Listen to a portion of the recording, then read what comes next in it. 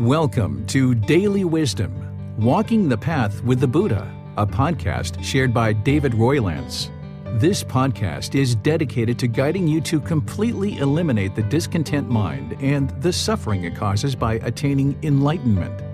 Learn and practice the teachings of Gotama Buddha that will guide you to fully attain a peaceful, calm, serene, and content mind with joy. To support this podcast, visit patreon.com/support Buddha or visit buddhadailywisdom.com, where you will discover a full range of courses, retreats, and online learning resources to assist you on the path to enlightenment. Now, here's our teacher to share more.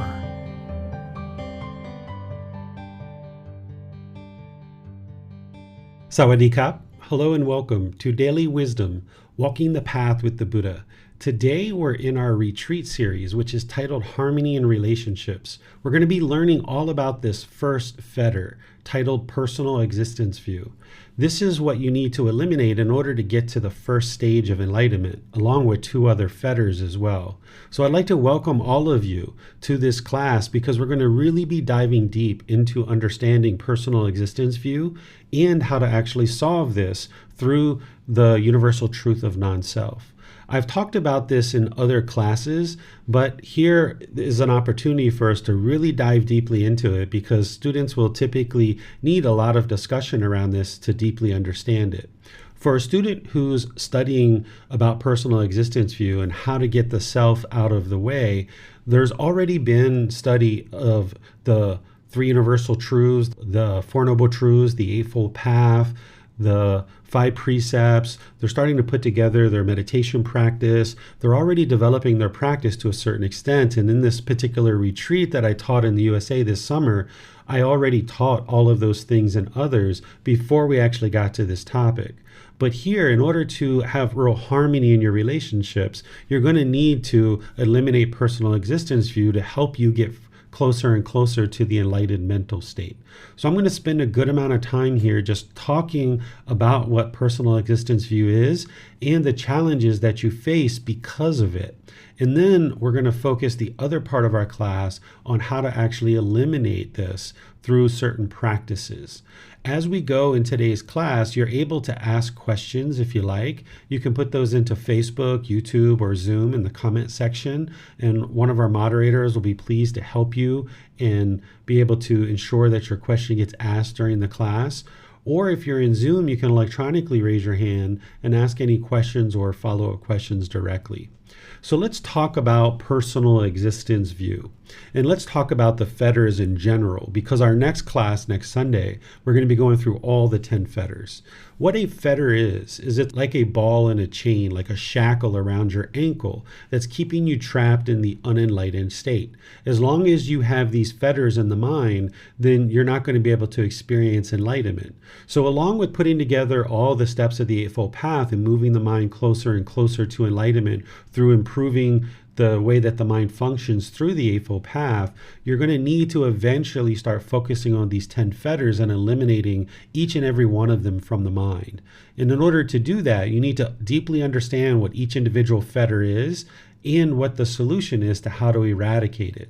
You wouldn't be able to just jump in and eradicate personal existence view right from the beginning because you haven't done the preliminary work of understanding things like the 3 universal truths, the 4 noble truths, the Eightfold Path, the 5 precepts. You don't have a well-developed meditation practice yet. So all of those things and some others are going to need to be put together so that you can then actually actively eliminate the personal existence view from the mind. So this is just one of many fetters or taints or pollutions of mind. These are also called defilements. This is what's hindering the mind from experiencing this brightness or this radiance of the enlightened mind.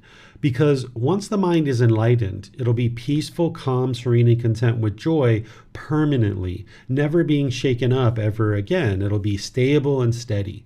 It'll have focus, it'll have concentration, it'll have clarity of mind, and it'll have deep memory.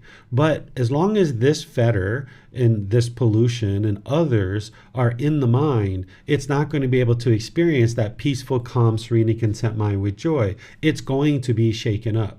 And what personal existence view is where the unenlightened mind falsely believes or mistakenly understands and has this misperception that this physical body and or this mind is you. But the Buddha says there is no you there. And what the unenlightened mind is doing is it has a certain self-image that it might be trying to project through certain clothing or certain appearance, certain aspects of beautifying the physical body, that it thinks that this is who you are as a person. Or there's certain identity in the mind, certain things that the mind thinks that I am American, or I am Canadian, or I am Egyptian, or I am a professor, or I am a Buddhist teacher, or I am a parent, or all of these other I ams. And as long as this is in the mind, it's going to be shaken up.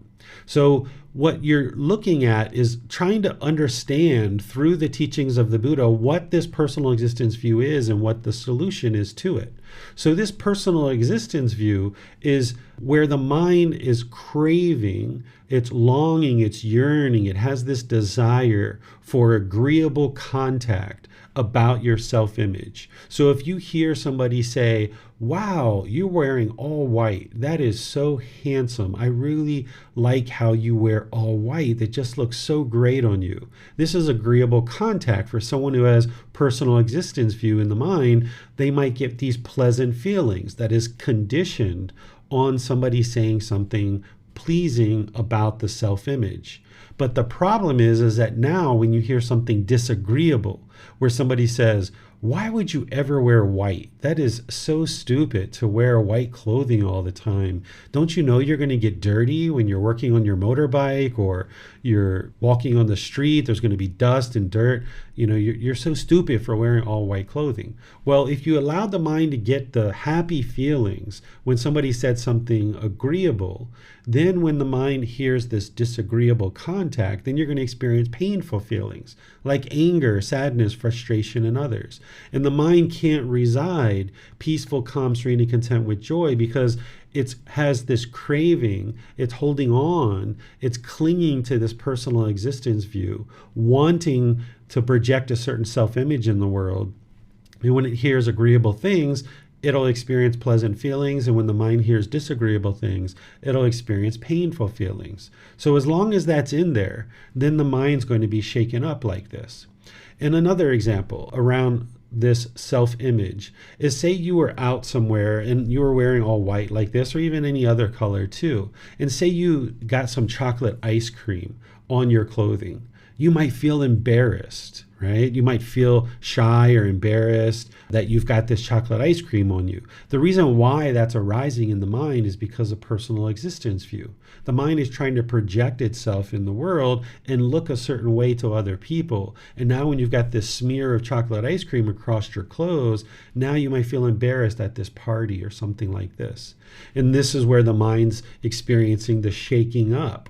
Right? You were experiencing those pleasant feelings, thinking you looked so great in whatever clothing you were wearing, whatever you were projecting a certain image. Maybe your hair was done a certain way. Maybe you had certain jewelry or makeup or something like this on. And then when you went out into the world, you felt so great. But now when you've got this chocolate ice cream, you feel embarrassed, you feel shy, you feel less of a person because now your image has changed. It's no longer looking the way that you did before. And now the same thing with the self-identity, that if you have a certain self-identity in the mind that you're holding on to, when you hear certain agreeable contact, you're going to get pleasant feelings.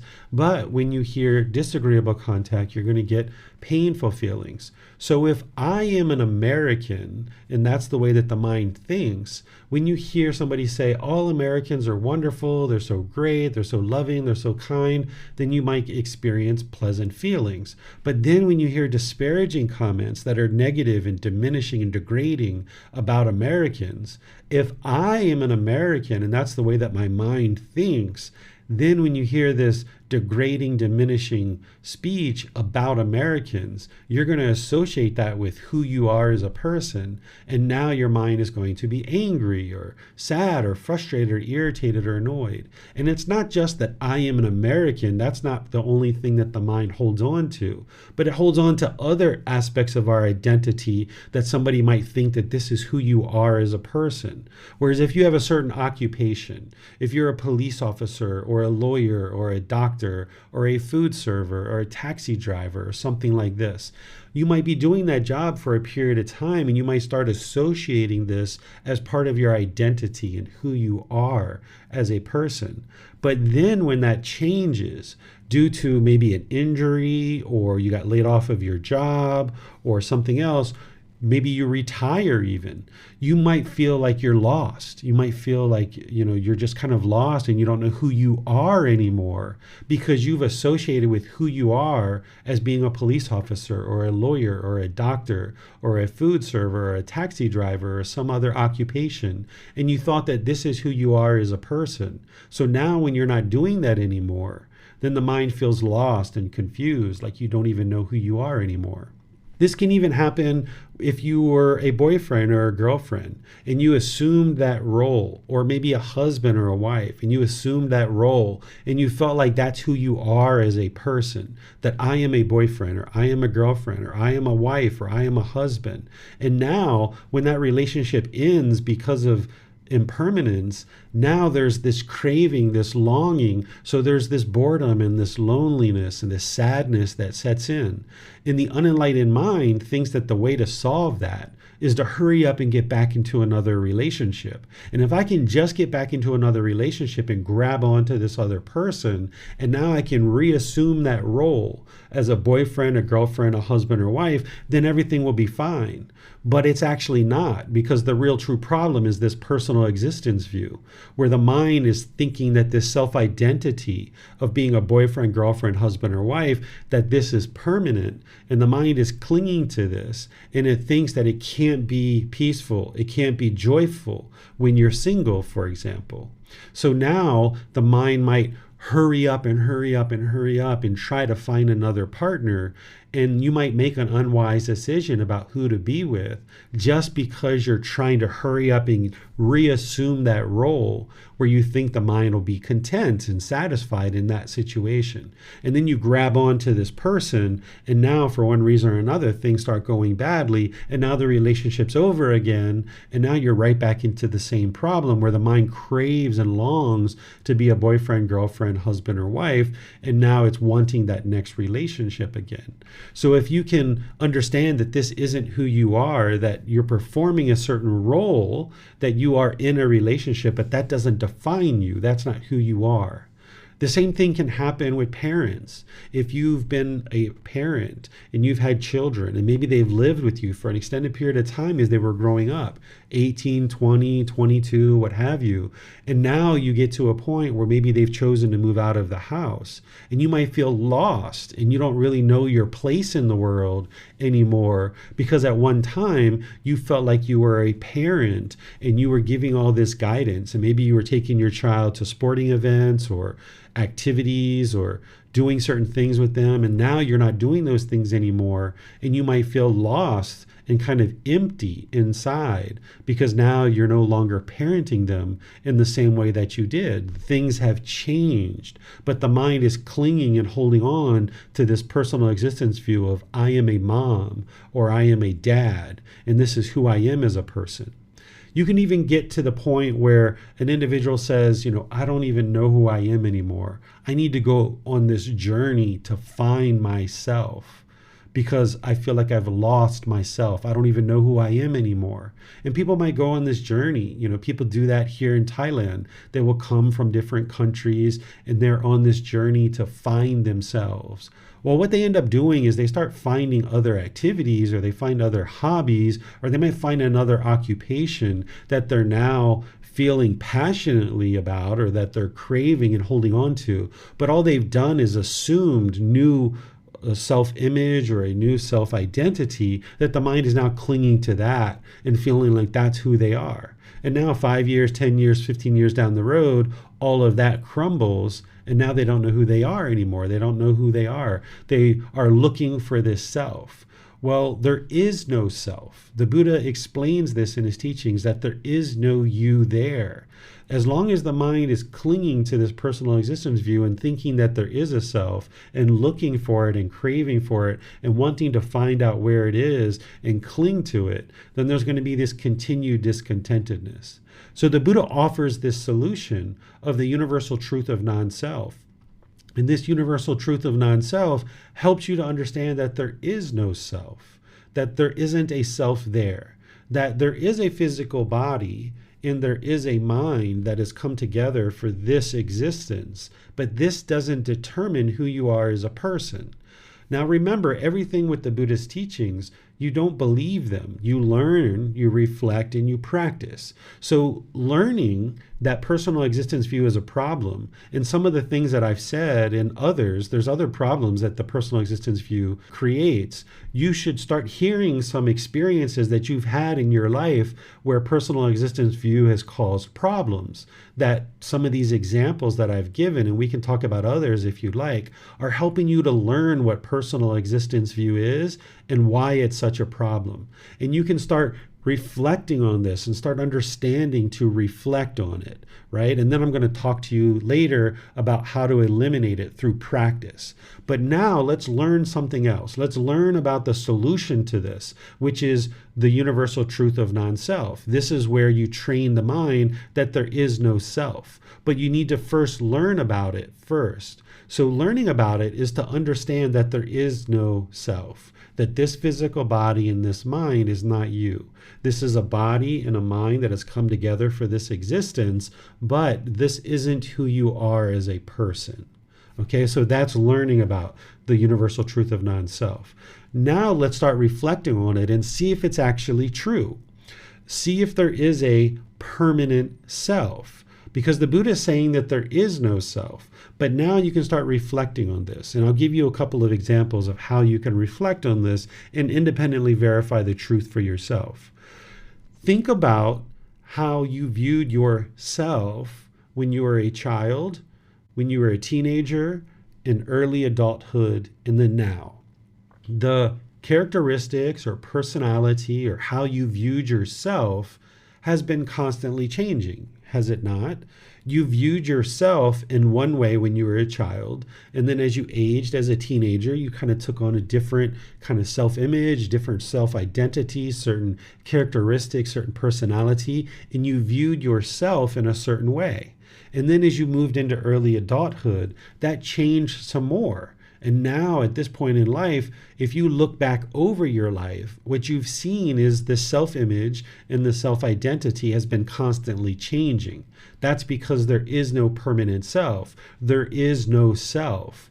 But of course, the unenlightened mind thinks that there is. So this is one way to reflect on it and see that there is no permanent self, that this universal truth of non-self is true. Another way to do this is that you can take your finger and you can point and you can say, where is Chrissy? Where is Tonka? Where is Bunya? Where is Bassam? Where is Rebecca? Where is Amina? Where is John? Where is anybody? Whoever this name is that you have, point. Where are you? Well, typically people will either point to the chest or point to the head. And when this pointing is happening, look at what you're pointing at. Look at what you're truly pointing at. If I pointed to the chest, what I'm pointing at is a shirt. I'm not pointing at David. I'm pointing at a shirt. And if I point to the mind, I'm just pointing to skin. I'm just pointing to this head, this skin on the side of the skull. That skin or the shirt is David. So if we got rid of the shirt and I pointed to the chest again, and someone asking me, where is David? And I pointed to the chest again, then that's skin. There's just skin there. So I take that skin off. And then where's David? You point again. Well, that's just bones. Okay, now we've got the ribs. So we get rid of the ribs. Where is David? So somebody points and I point. I say, this is David. Well, now we've just got muscle tissue. We've got organs. We've got fluid. That's not David. There is no David there in this physical body. This is just little increments of bits and pieces of parts and fluid and muscle and tissues. This isn't actually David. This is just a physical body. And the same thing with the mind. It's just the mind. It's not David. It's not who I am. What we truly have here is we have this big bag of skin with bones and fluid and muscle tissue. And essentially what happens at birth is we get this name, David. And this is where some of the problem comes in, is that we get this name, David, and now we start associating that name, David, to who we are. And now we start having this self-image or self-identity that starts getting wrapped into this name, David. And now we start owning this name, David, and thinking that this is who we are as a person. But this name, David, is just a label that was given at birth to make it easy for people to know who they're talking about. Because when I came home from school and grandma called to mom and said, hey, did that big bag of skin and fluid and bones come home from school? Right? They're not going to say that. That's not the way that people communicate. Instead, grandma needed to say, did David come home from school yet? And then my mom could say, yes, David's doing his homework. And they would understand who they were talking about. But this name that we get at birth, we have this name and it starts becoming part of this self-image and self-identity. And now the mind gets all wrapped around this personal existence view, thinking that this is who we are as a person. And now we start projecting this self-image and self-identity in the world. We cling to it. When we hear certain agreeable things, then we get these pleasant feelings. And when we hear these disagreeable things, we get these painful feelings. Or if we're in those situations like boyfriend, girlfriend, husband, wife, mommy, daddy, and now we're no longer performing that role anymore, now our mind craves to be back in that role because that's who we think we are. We feel lost when we're not doing those things because we think that that's who we are as a person. Or if we get some chocolate ice cream smeared on our clothes or some spaghetti sauce, you might feel embarrassed, right? These situations and others are going to occur when there's personal existence view in the mind. And when you hear things on the news that are disparaging, certain things that you're into or certain things that you identify with, or somebody's talking great about those things, right? If somebody says all Buddhist teachers are so amazing, they're so friendly, they're so generous, they're so kind, they give all their time to help people to progress on this path. Well, if I think I am a Buddhist teacher, then when I hear those things, now the mind's going to experience pleasant feelings.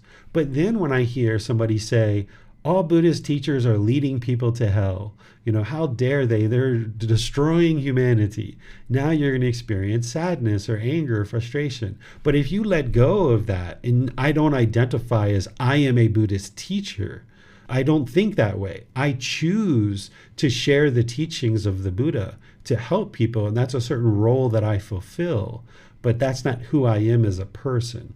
So you can look at this universal truth of non-self through reflection, looking at how you are not this body and you're not this mind because your personality and characteristics have been changing over time. You can't point to one specific thing that is David. And you can also look at it this way, that if your arm was amputated for any certain reason, are you less of a person because of that? Well, the answer is no. You have less use of an arm. You now only have one arm and one hand to use, but you're not less of a person.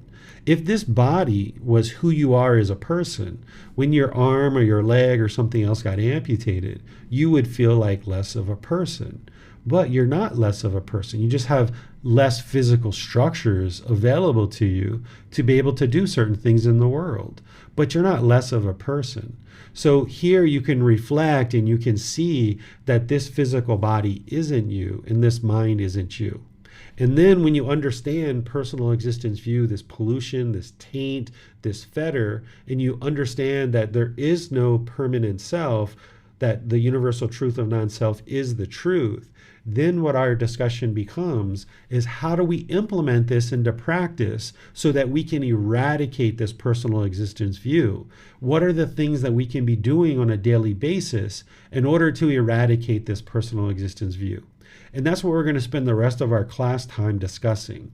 But what I would like to do is open up to any questions that you guys might have to help make sure that you understand what personal existence view is and the challenges and the difficulties that you have and have had around having personal existence view in the mind, and then any questions that you have around the universal truth of non-self, and making sure that you understand that before we start talking about the practice part. So you can ask questions by putting that into Facebook, YouTube, or Zoom, or you can raise your hand in Zoom and ask any questions that you'd like. Thank you, Teacher David. Bruce has a question on Facebook. He asks, as I try to comprehend non-self, I can understand that there is no one thing that we can call the self, but I get myself confused when I try to determine what is the thing that is learning these teachings or reading and comprehending words in a book and so on. Is it just the mind? Thank you. Yes, that's right. It's Bruce, right, Chrissy? Yes. Yeah. Bruce, you're 100% correct there. That all that is it's the mind, it's the consciousness, and it's connected to this body for now. So we use the eyes of the body in order to bring in content into the mind, and we use the ears to bring in things into the mind. We use the nose, we use the tongue, we have physical contact with the body, and then there's the mind. These are called the six sense bases. And as long as you have this mind and body together, there's going to be a certain amount of content that's coming in through the eyes, ears, nose, tongue, the physical body, and the mind. And this is what's learning, is the mind is learning, right? So there's this body, there's this mind, and then the combination of these two things together is what we refer to as the person. But neither of these two things are who you are as a person. It's just that we use the word person to make it easy for us to refer to this physical body that looks like this and this mind that comes together. We say that's a human being or that's a person. So we can label this and know what it is, but at the same time, we can also train the mind that this isn't who you are as a person. So it's the mind that's learning, it's the mind that's comprehending the teachings, it's the mind that's aware of what I'm saying right now.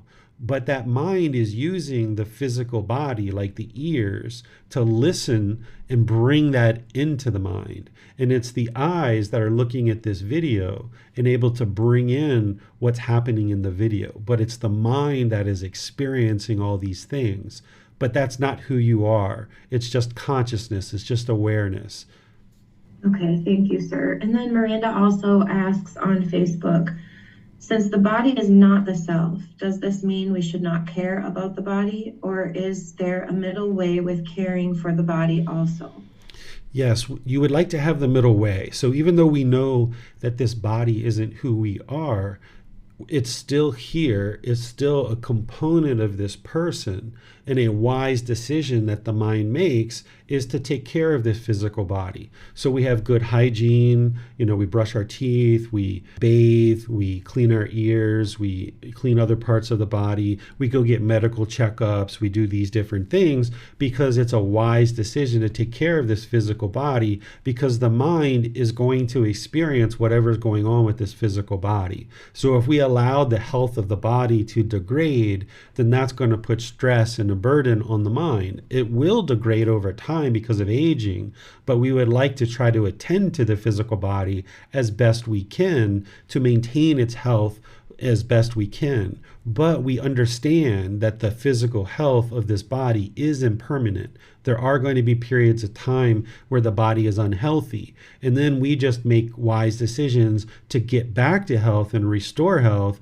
And when there is health, we make wise decisions around caring for it. This is the middle way. Whereas if we were craving health and we wanted it, and we were craving cleanliness and we were craving extreme health, then the mind's going to be discontent content when it's not experiencing that. But also if we were indifferent and we didn't care less about the body and we didn't take care of it, we didn't do things to actually ensure that it was healthy, then that's not going to be the middle way either. So we find this middle way where the mind's not craving for permanent health and going to the extremes in order to create health. And then also the mind's not going to the other extreme, which is indifference and not caring. Instead, we come into the middle where now we practice this middle way where we make wise decisions towards maintaining our health and improving our health, all the while knowing that there is going to be a degrading of health over time as this physical body ages. But as this physical body ages, we know that that's not me, that's not who I am. Whereas if you think this physical body is you, when you're young and youthful, you might look a certain way, but then when you look in the mirror and you see your first wrinkle, oh my goodness, I'm getting old. Or you see this gray hair starting to come in, oh my goodness, gray hair, right? This is where the mind gets discontent because it's starting to think that this is who you are as a person. Whereas if you understand impermanence, that there's going to be wrinkles, there's going to be gray hairs, you're not going to have the youthful appearance you once did, and this is all completely normal. Whereas if you were craving permanence, you might go to extremes in order to maintain a youthful appearance. And now this is where the mind gets discontent. So you can have this middle way where you might choose to do certain things in order to maintain the body looking a certain way, but you don't identify with that's who you are. So if you see a bunch of gray hairs coming in, you might choose to dye your hair. But whether you do that today or you do it 2 or 3 weeks from now and it gets grayer and grayer, your mind can be perfectly content either way. So it's not about whether we choose to do these things, which you're going to hear me talk about when we talk about the practice. It's about what's the condition of the mind, and we can forge this middle way, and we can do things to maintain the body, but we can do that with peacefulness and joy and not being shaken up when we see the wrinkle or we see gray hair or we get the flu or we get COVID or we get some other illness. We can just make wise decisions in order to solve it. Because what some of us have been taught in the past is that when we see certain problematic things like this, that there should be a higher power that we should pray to, and this being is going to somehow solve our medical issues. But that's not how it works. Instead, the way that our medical issues get resolved is we make wise decisions, that we go see a doctor, that we consult with maybe 1 or 2 or 3 doctors if we need to. And then we listen to their advice, we kind of reflect on that, we decide if this is a wise course of action, whatever medical procedures or certain medicines that they recommend, and then we use those in order to restore health. And then when there is health, we do things like exercising. Perhaps some people might choose to do that, or eat healthy, or have a certain active lifestyle. And we do that from the middle way in order to maintain the health, all the while knowing that the body is impermanent and it's going to gradually decline and degrade over time because of impermanence. Thank you, sir. Our Tonka has her hand raised. Let's go to her. Thank you, Christine.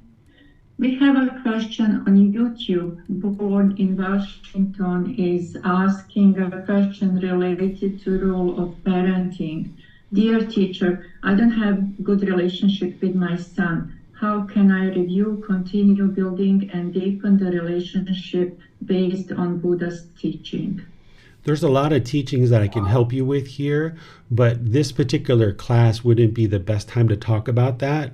I would like to invite you to schedule a personal guidance session with me where you can go to our website, buddhadailywisdom.com, and there's links on there. If you click on teacher, you can see where you can schedule a personal guidance and we can talk one-on-one, because there's certain things that I will need to help you to get started with, because there's many different aspects of this, and there's certain videos and certain parts in the books that I've written that talk about this. But if we talk personally, then I can guide you to those resources, and you'll be able to then investigate those resources, and I can have continued talks with you, and that'll be the best way for you to get the answers to the questions that you're asking for.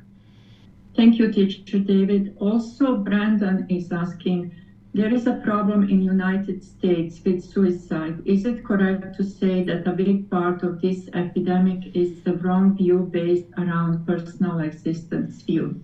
Part of it can be. People usually are looking to do harm for one reason or another. It's because the mind is discontent.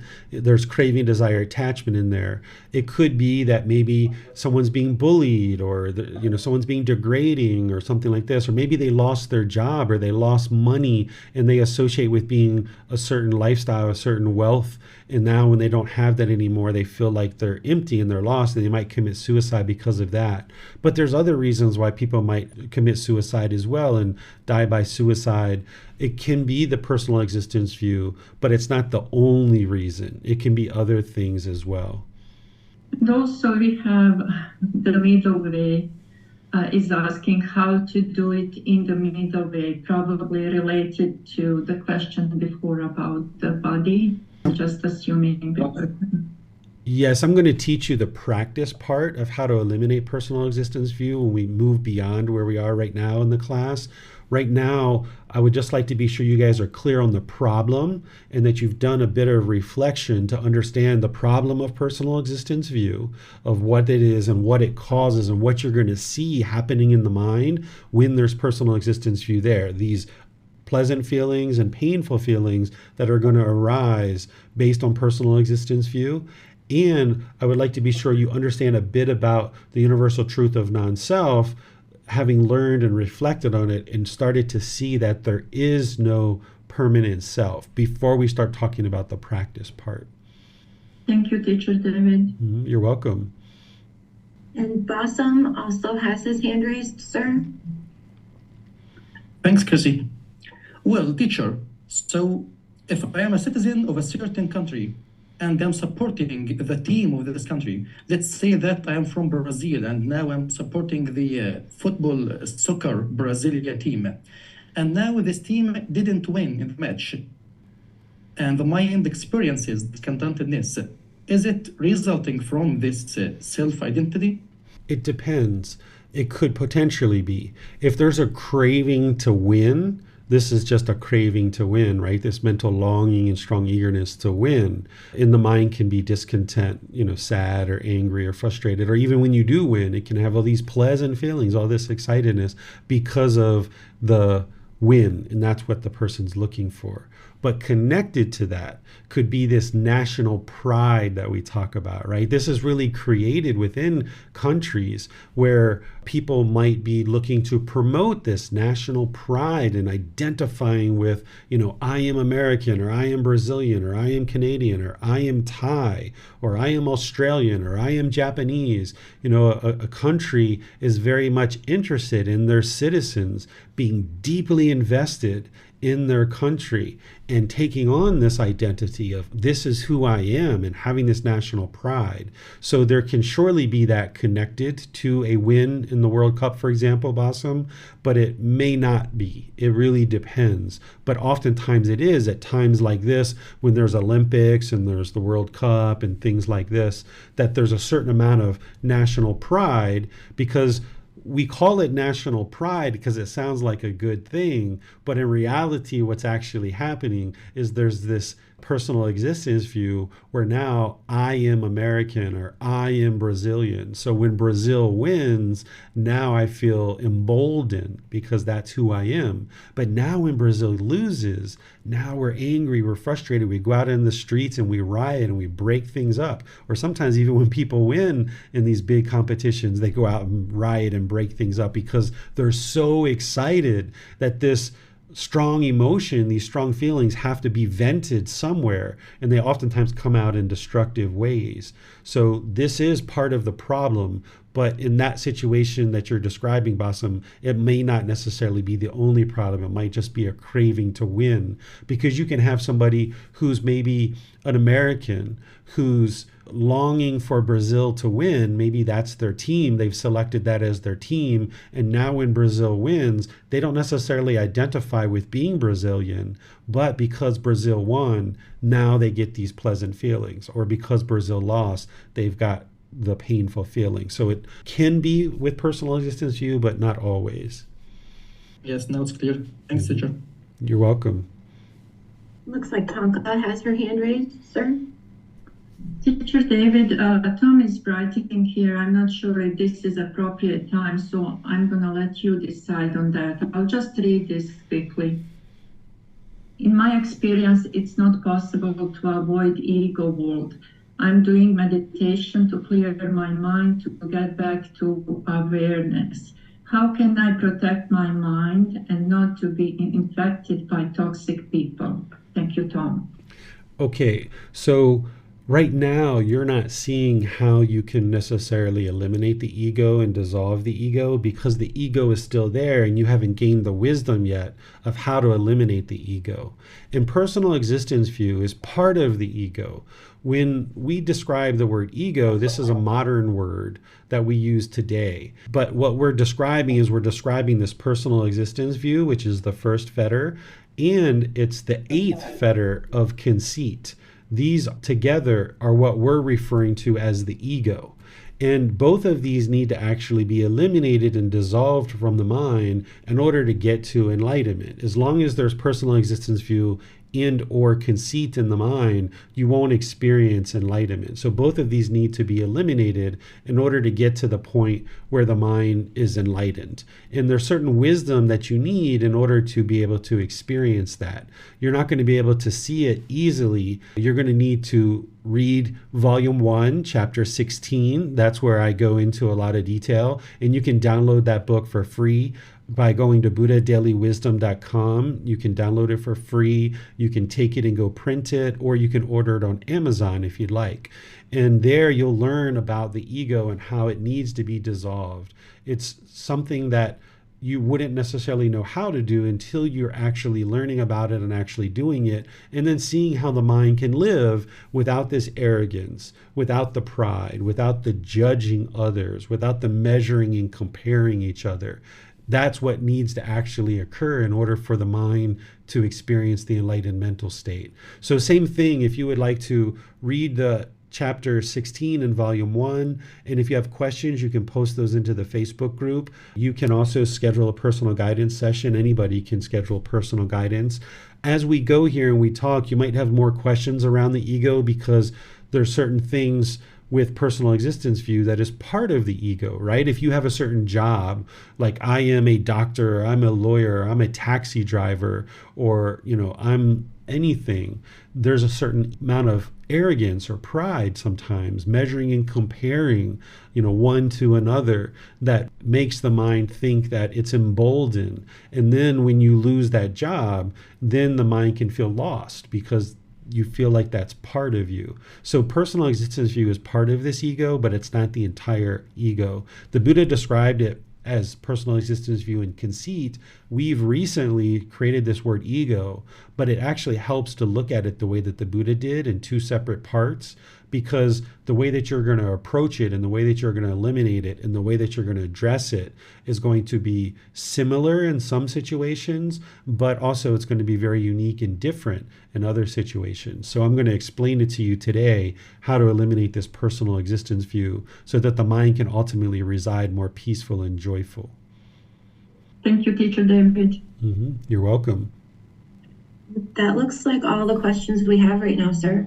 Okay, so now I'm going to move into what I actually have to share with you guys related to the actual elimination of personal existence view and talking about how to practice in such a way that you can eliminate this.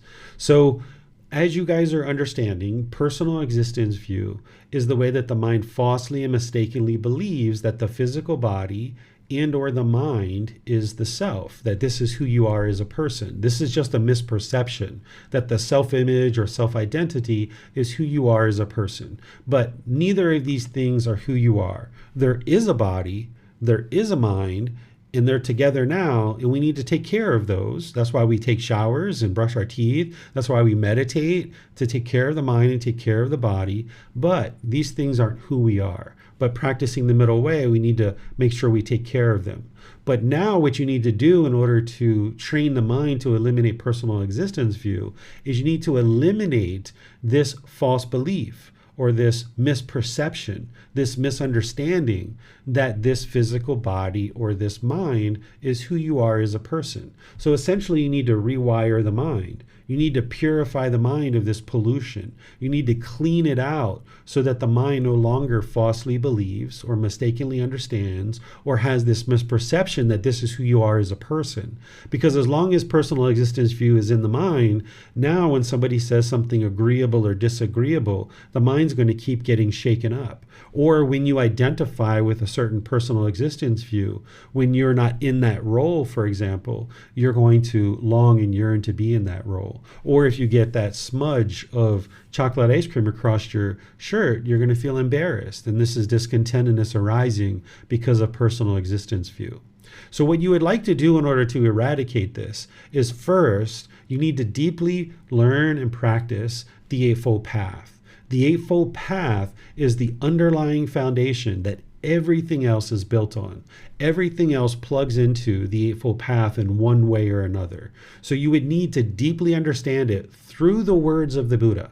If you've studied the Eightfold Path in other texts or other classes or with other teachers, okay, that's great. That's what's led you to where you are now. But through the resources that I share, using the words of the Buddha, you can understand exactly what he taught related to the Eightfold Path, using his words. So there's books that I've written that have this. Volume 1, chapter 4 and 5 will help you understand this. There's many videos and classes that I've made, podcasts and things like this. There's even a group learning program that's going to be starting on January 8th, which every Sunday I'm going to be walking you through and helping you to understand all the foundational teachings to get to enlightenment. And among the first classes, we're going to take a really deep dive into the Eightfold Path. There's 3 individual classes where we're going to break the Eightfold Path down into its individual components. And I'm going to be using the words of the Buddha to deeply explain the Eightfold Path, helping you learn it, helping you reflect on it, and then helping you learn how to practice it so that you can move it into practice, because that's the foundation. You're going to need that in order to understand how to implement all these other things. So the Eightfold Path is really needed in order for you to be able to then prepare the mind through practicing the Eightfold Path, which includes meditation, to essentially kind of soften up the mind a bit and start seeing some of the true reality of the natural laws of existence that the Buddha taught.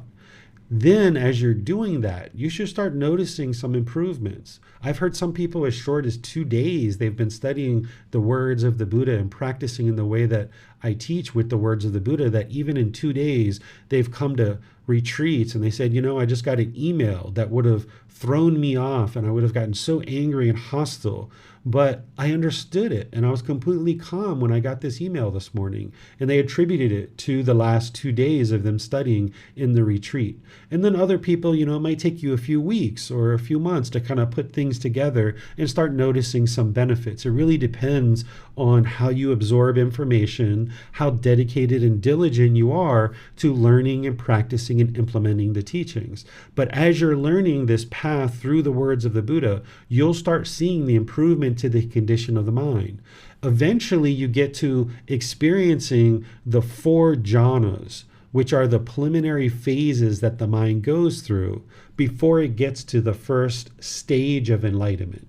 There's 4 individual stages of enlightenment, and you're experiencing discontentedness all the way until you get to the last stage, which is arahant. This is where the mind is actually enlightened. There's going to be diminishing of discontentedness, this anger and sadness and frustration and guilt and shame and fear and boredom and loneliness, the grief and misery. All of that is going to be gradually diminishing as you gradually train the mind. And as you get into that first stage of enlightenment, there'll be a significant diminishing of discontentedness, but it doesn't get fully eliminated until the mind is fully and firmly in that 4th stage as an arahant. But as you're starting to experience these jhanas, these preliminary phases that the mind goes through before it gets to the first stage of enlightenment, you'll be getting these glimpses of what enlightenment is like. you may actually be getting some of those now. If you're in meditation and for like 3 seconds or even 1 second, you're experiencing a bit of peacefulness and joy, and it's just like, oh wow, that feels so nice. Right there, you're getting a little bit of a glimpse of what enlightenment is like, even if it's just 1 second. Or during your life, you might get a few minutes or a few hours or maybe a few days even where you're experiencing this peacefulness and joy. Like there's nothing that you need, that you just feel fully satisfied, fully fulfilled, completely joyful, completely peaceful, and you don't need anything else right now. But then some discontentedness comes in at some point. That's because the mind is still unenlightened.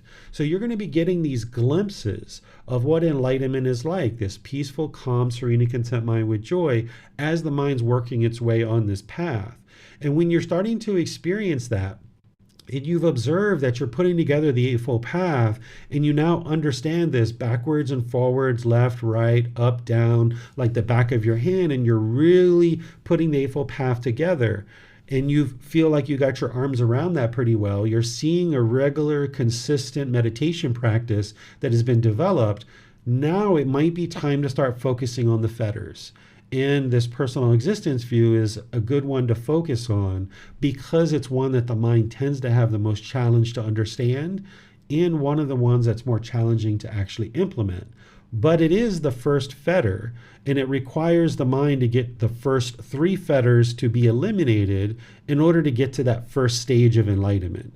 The first fetter is personal existence view, the second one is doubt, and then the third one is wrong behavior and observances, which we're going to talk about all of these and others in our next class next Sunday.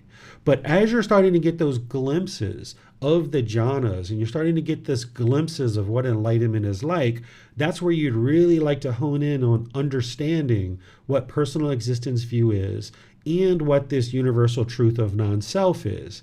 And it may be the right time to start implementing this meditation to realize non-self. I have it in volume 1, chapter 11. It's described there how to do it. You may need personal guidance in order to talk to me about getting some help on how to do that. But if you're familiar with loving kindness meditation and the way that I teach that in all the classes, the meditation to realize non-self is very similar, but with different affirmations. And now using those affirmations along with all the other stuff that you're already doing.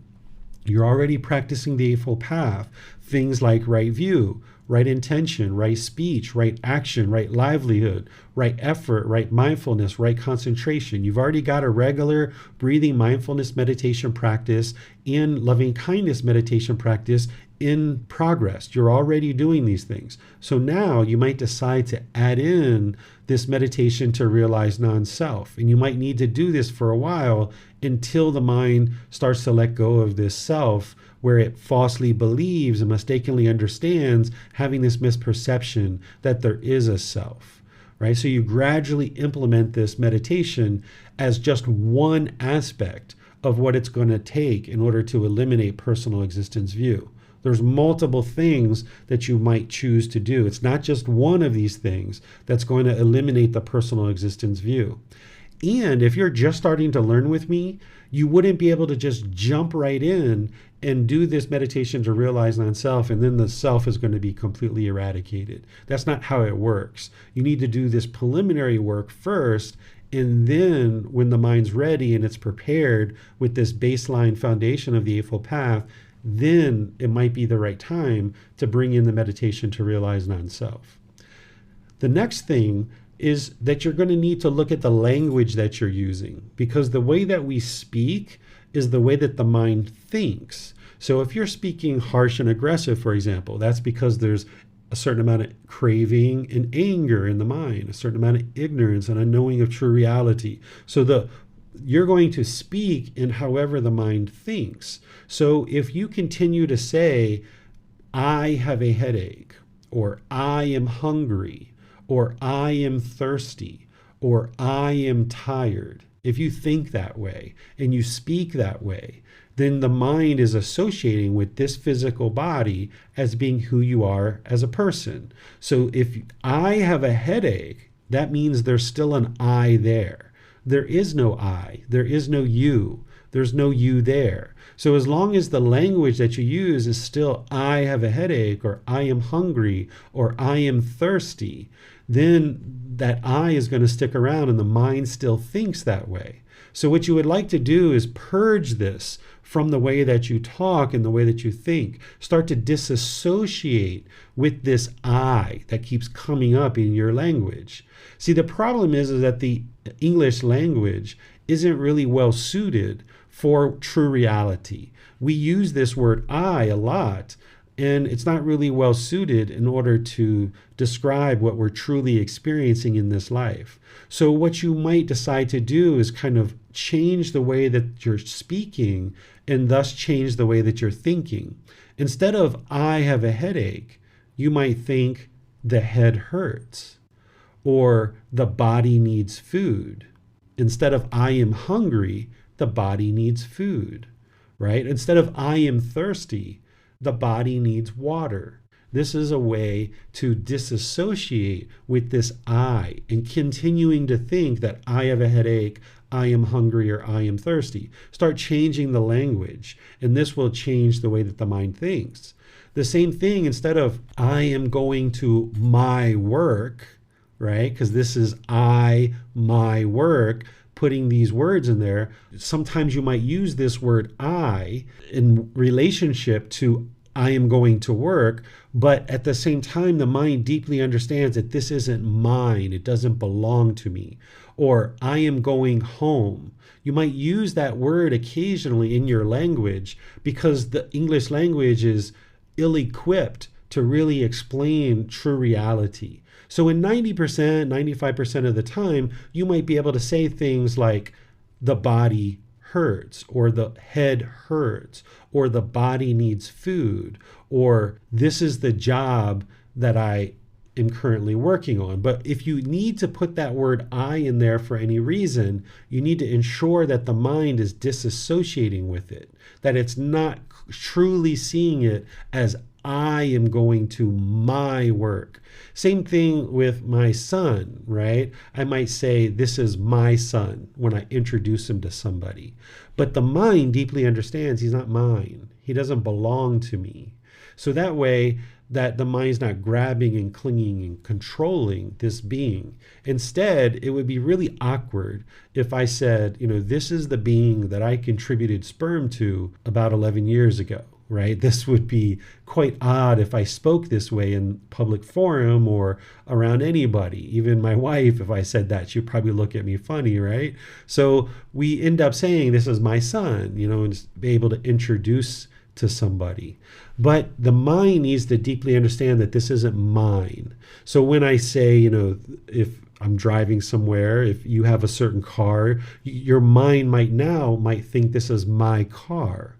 And the mind might have a certain personal existence, a certain self-image or self-identity that it's associating with this car. So instead of saying my car, you might just say, this is the car, or I need to take the car to work, or I need to take the car to get an oil change, instead of I need to take my car to get an oil change. So when you start changing the language in various life situations connected with your relationships, certain objects, and certain life situations, now by modifying your language and adjusting the language, you're going to modify the way that the mind thinks about these things. And you might need to do this for a period of 6 months or a year or so to gradually train the mind to eliminate this personal existence view. And once you do, you might choose to go back and just say, yeah, I'm going to my work. It might be easier in certain situations to just say that.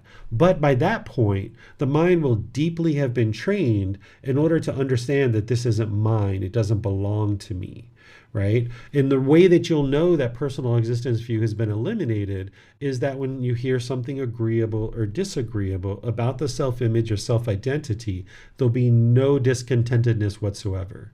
So if somebody attacks you on Facebook or social media, you won't feel like they're attacking you. Right? But as long as there's a you here and you feel that there is a you, when somebody says something disparaging on a post or on a comment, you're going to feel offended. But when you start seeing that through doing this work that I'm going to describe to you today, then gradually, slowly but surely, as this personal existence view wears away, you won't take things personally like that. You won't feel embarrassment in situations. If the mind is embarrassed, that's a perfect example of discontentedness that arises due to personal existence view.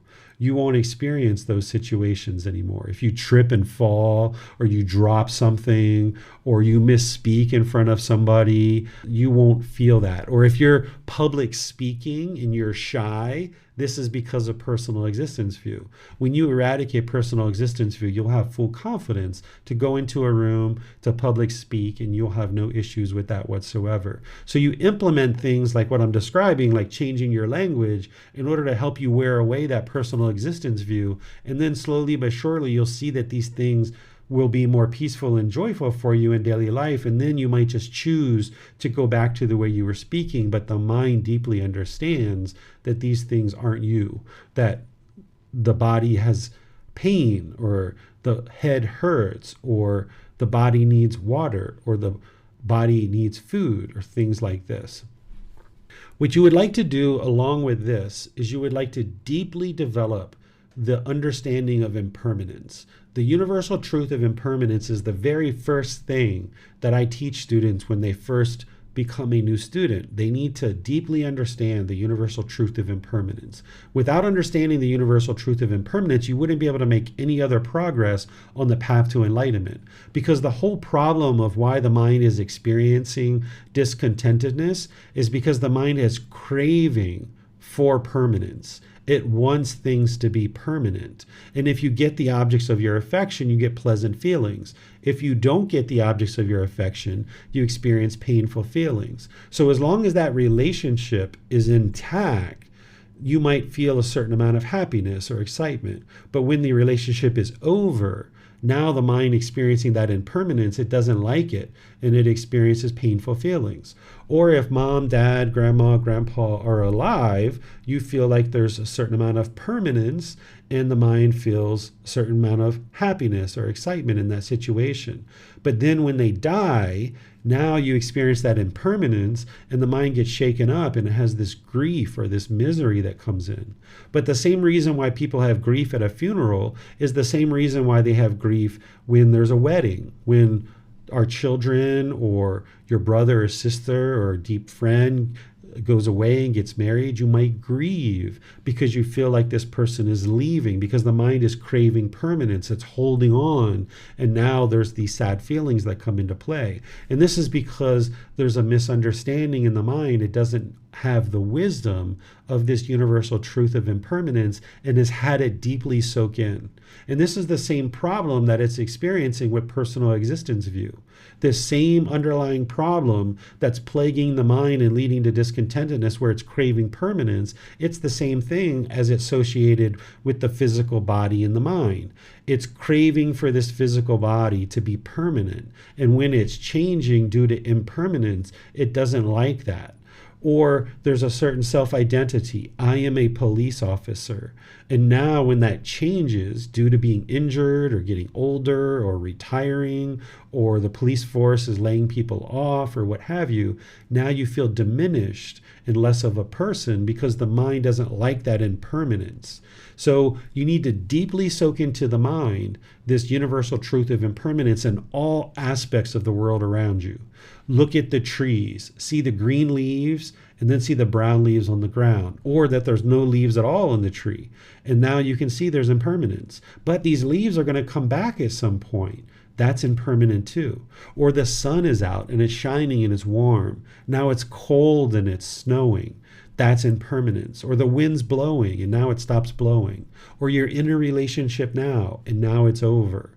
Or certain clothes that you wear, now they start to degrade and you either give them away or you throw them away or what have you.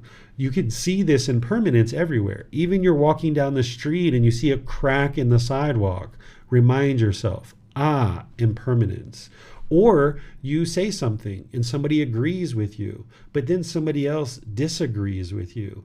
That's impermanence, right? There's nothing wrong with that. It's just that it's impermanence. So deeply observe impermanence around the world, that in all these situations that you're in, all these things are impermanent. In this physical body and this mind is impermanent. They are eventually going to be done and over with. We all need to die. Every single one of us are going to die. We can't avoid that. So this physical body is going to fade away. This mind is going to fade away. They're impermanent. Next, look at wearing simple clothing. If your mind is used to wearing certain clothing, and this is what you do on a regular basis, that you have a certain way that you look in the world and you select certain clothes before you go out, this is the mind having personal existence view. You might think about, okay, where am I going today? Who am I going to see? Okay, based on where I'm going and who I'm going to see, I would like to wear this. And this, now the mind wants to wear this, and you put that on. And maybe you're okay with that and you go out. Or maybe you change 2 or 3 or 4 times before you get something that the mind is satisfied with, and now you go out into the world. This is because of personal existence view. The mind is trying to sort out, how do I want to appear in the environments that I'm going to? So what you would like to do is train the mind that it can be peaceful, calm, serene, and content with joy. It can have this peacefulness and this joy no matter what you're wearing, because this body isn't you. This physical body isn't who you are as a person. This is why the Buddha wore rag robes, that he just wore simple robes and walked around in those robes, because he wasn't associating with needing to be perceived in a certain way. In fact, there was a period of time where a certain student offered him this very expensive, elaborate fabric, and they were interested in him making a robe out of this. And he gave it to one of his students, and he said, go rip this up into shreds and then sew it back together, and then you guys can wear it as a robe. He wouldn't even wear that very elaborate fabric. So what you can do is something like that if you like, but not many people do that nowadays. Usually ordained practitioners wear robes, or you might decide to wear simple clothes like all white. Like you see that I wear the same exact clothes every day. I just pick out the same clothes and I put them on every single day. I just wear the same exact clothes, and this is the way to train the mind. But if you're not interested in doing that, and you would like some variety in your clothing, and you may not be interested in going out to buy a lot of the same exact clothing, what you can do is with your existing wardrobe, you can actually just stack it up with your shirts and pants or your skirts or whatever, or you can just line it up in a closet and you can just pick the first one. Whatever the first one is, just pick that off the top and wear that. What you're probably going to observe as you're starting to do this is you're going to try to pick one off the top, and that's what you're training your mind to do. But you might try to go down into the 3rd or 4th or 5th shirt and grab that one. That's the personal existence view trying to jump in there and make a choice about what you're going to wear today based on where you're going. And what you would like to do is cut that off and train the mind to just wear whatever is on top. The simple, or if you have it lined up in a closet, just grab the first thing. Now, of course, if you're going for a job interview or you're going to a lawyer's office or somewhere that those people are expecting you to look a certain way, then of course you need to wear certain clothing for a job interview. You're not going to show up with the holey shorts or the holey jeans that are on the top of the pile. You're not going to wear those to your job interview because those people have certain expectations. Maybe you're training your mind to eliminate personal existence view, and you know what you're doing in the situation, but those people don't necessarily know what you're doing, and they're not necessarily going to appreciate it. So in this situation, for a few hours, okay, wear your clothes, whatever you think is appropriate, and go do your job interview, because now you would like to ensure that you're looking a certain way because those people might have certain expectations or certain judgments.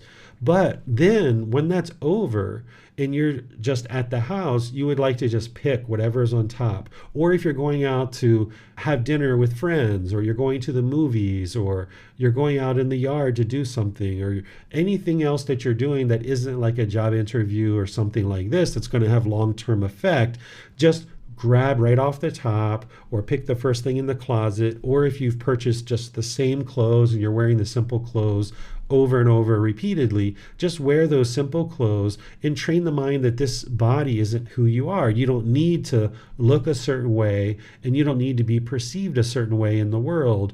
And now the mind can experience this peacefulness and this joy associated with just looking whatever comes up on the top of the pile of these clothes. And along with that, if you find right now that you're wearing certain jewelry or body decorations or makeup or certain body scents or perfumes or colognes or things like this, this is typically because the mind is trying to be perceived a certain way. The mind wants to look a certain way. And what you will need to do is go through a period of time, whether that's 6 months or a year or what have you, where you're not using these things, where you're not so worried about having certain earrings or certain chain or certain hairstyle or certain things like this, certain makeup, that you purge that out of your practice and you don't put these things on for a period of time. Now may be the right time for you to do that, or it may be at some point in the future. This is where your personal choice comes in, that I'm not telling you how to do this or when to do it. But if you would like to eliminate personal existence view, you would ultimately like to get to a period of time where maybe for 6 months or a year or longer, that you're not wearing jewelry, even a simple watch, any kind of earrings, you're completely comfortable with no makeup. Yeah, you maybe do your hair to kind of look presentable when you go out into the world, but you're not overly obsessive about your hair. You can just go out into the world and be completely content. Some people might even shave their hair and remove their facial hair in order to train the mind that the body doesn't need to look any particular way. And this is why we cut off our hair as part of this practice. And not everybody needs to cut off their hair, but that is something that you can do if you would like to train to get to the point where you're not interested in projecting a certain personal existence view. I'm going to share with you multiple things here, and you get to choose what it is that you would like to do. It's your personal journey. There's no requirement, there's no judgment, there's nothing like that, but this is guidance to help you understand things that you can do in order to eradicate personal existence view. Oftentimes for a woman, cutting off the hair is a much more challenging thing if there's a lot of association with the hair. For some men, that can be challenging as well. For people who have facial hair, sometimes that can be a challenge. There can be a craving to the facial hair, but there can also be a craving to a certain relationship. Maybe your boyfriend or your girlfriend or your husband or your wife really likes that facial hair, and you feel like if you don't have the facial hair, that your boyfriend or girlfriend or your husband or wife isn't going to like you as much. And what you're doing is training your mind that you can be peaceful and joyful without this facial hair or without this head hair, for example. And then your partner may need to go through a bit of training as well to realize that they love you just as much, whether you have the facial hair or head hair or whether you don't. And this can actually be good for their mind too. But it may be something that you might be holding on to for your own reasons of personal existence view. But there might also be certain cravings in relationships where you're reluctant to let some of these things go, like your clothing or certain jewelry or certain head and facial hair, because of what they mean to other people.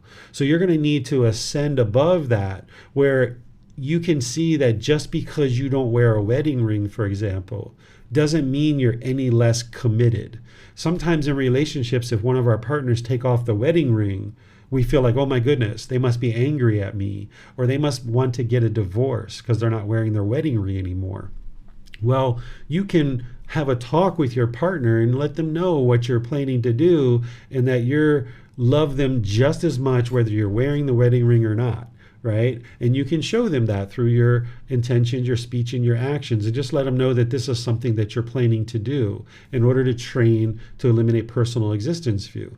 Because one of the things that the mind can do is it can get attached to this jewelry and these different things. If you ever watch certain people when they talk, if they get uncomfortable in a certain situation, they will touch their wedding ring.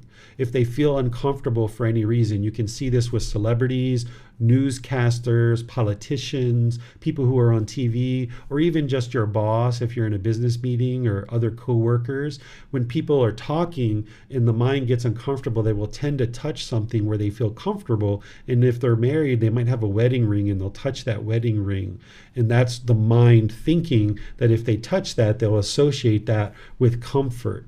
But what you would like to do is train the mind that you don't need that wedding ring, and you can be just as peaceful and just as joyful. So you might need to go, 1 or 2 days wearing it, 3, 4, 5 days not wearing it, 1 day wearing it, 4, 5, 6, 8, 10 days not wearing it, and kind of train the mind through this impermanence that you can bring these things in, you can bring them out, and the mind can be just as peaceful, just as joyful, whether you have these things or not.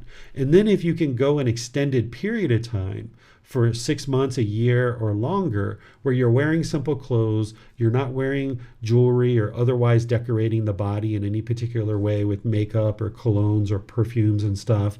And if you decide you would like to eliminate facial hair or head hair, these can all be helpful to move in the direction of eliminating personal existence view. Then some other things that you might decide to look at is eliminating your interest to project this certain self-image through cutting off and letting go anytime discontentedness arises related to the self-image or the self-identity. So you need to get to the point where you no longer have a desire or a craving for this to be actually projected in the world, so that where you observe discontentedness arising related to personal existence view, that you cut it off and let it go. This is where the Eightfold Path and the training on the Eightfold Path comes into play, because this is part of right effort, right mindfulness. What right mindfulness is having awareness of the mind, and more specifically, those 4 foundations of mindfulness, of the bodily sensations, the feelings, the condition of the mind, and the mental objects. So before the mind becomes discontent with feelings, there's going to be some bodily sensation that's occurring. With anger, you might feel sharp pains, or you might feel heat rising up in the body. You might feel heat or pressure in the skull. If you're shy, you might say you have butterflies in your stomach, which is essentially the stomach just feeling queasy. If you're angry or sad or frustrated, you might feel heart palpitations in some situations. These are the bodily sensations, and there's others that are unique to you, that if you start looking at them more and more closely, you'll see that before the mind experiences things like anger, sadness, frustration, irritation, annoyance, guilt, shame, fear, boredom, loneliness, shyness, all of these, including things like happiness, excitement, elation, there's going to be some bodily sensation that's arising.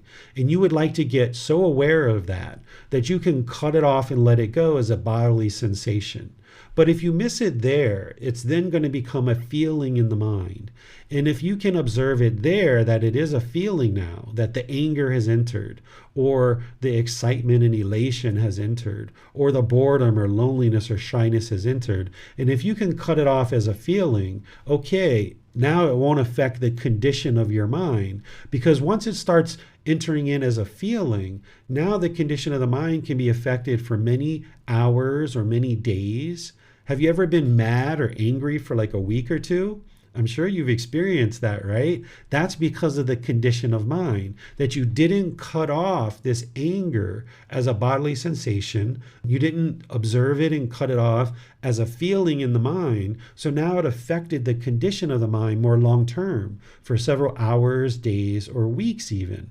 And then there's these mental objects that get formed, like ill will, like this deeply rooted container of ill will or central desire, or complacency, or things like this get deeply rooted in the mind, and now it affects the mind for a really long period of time.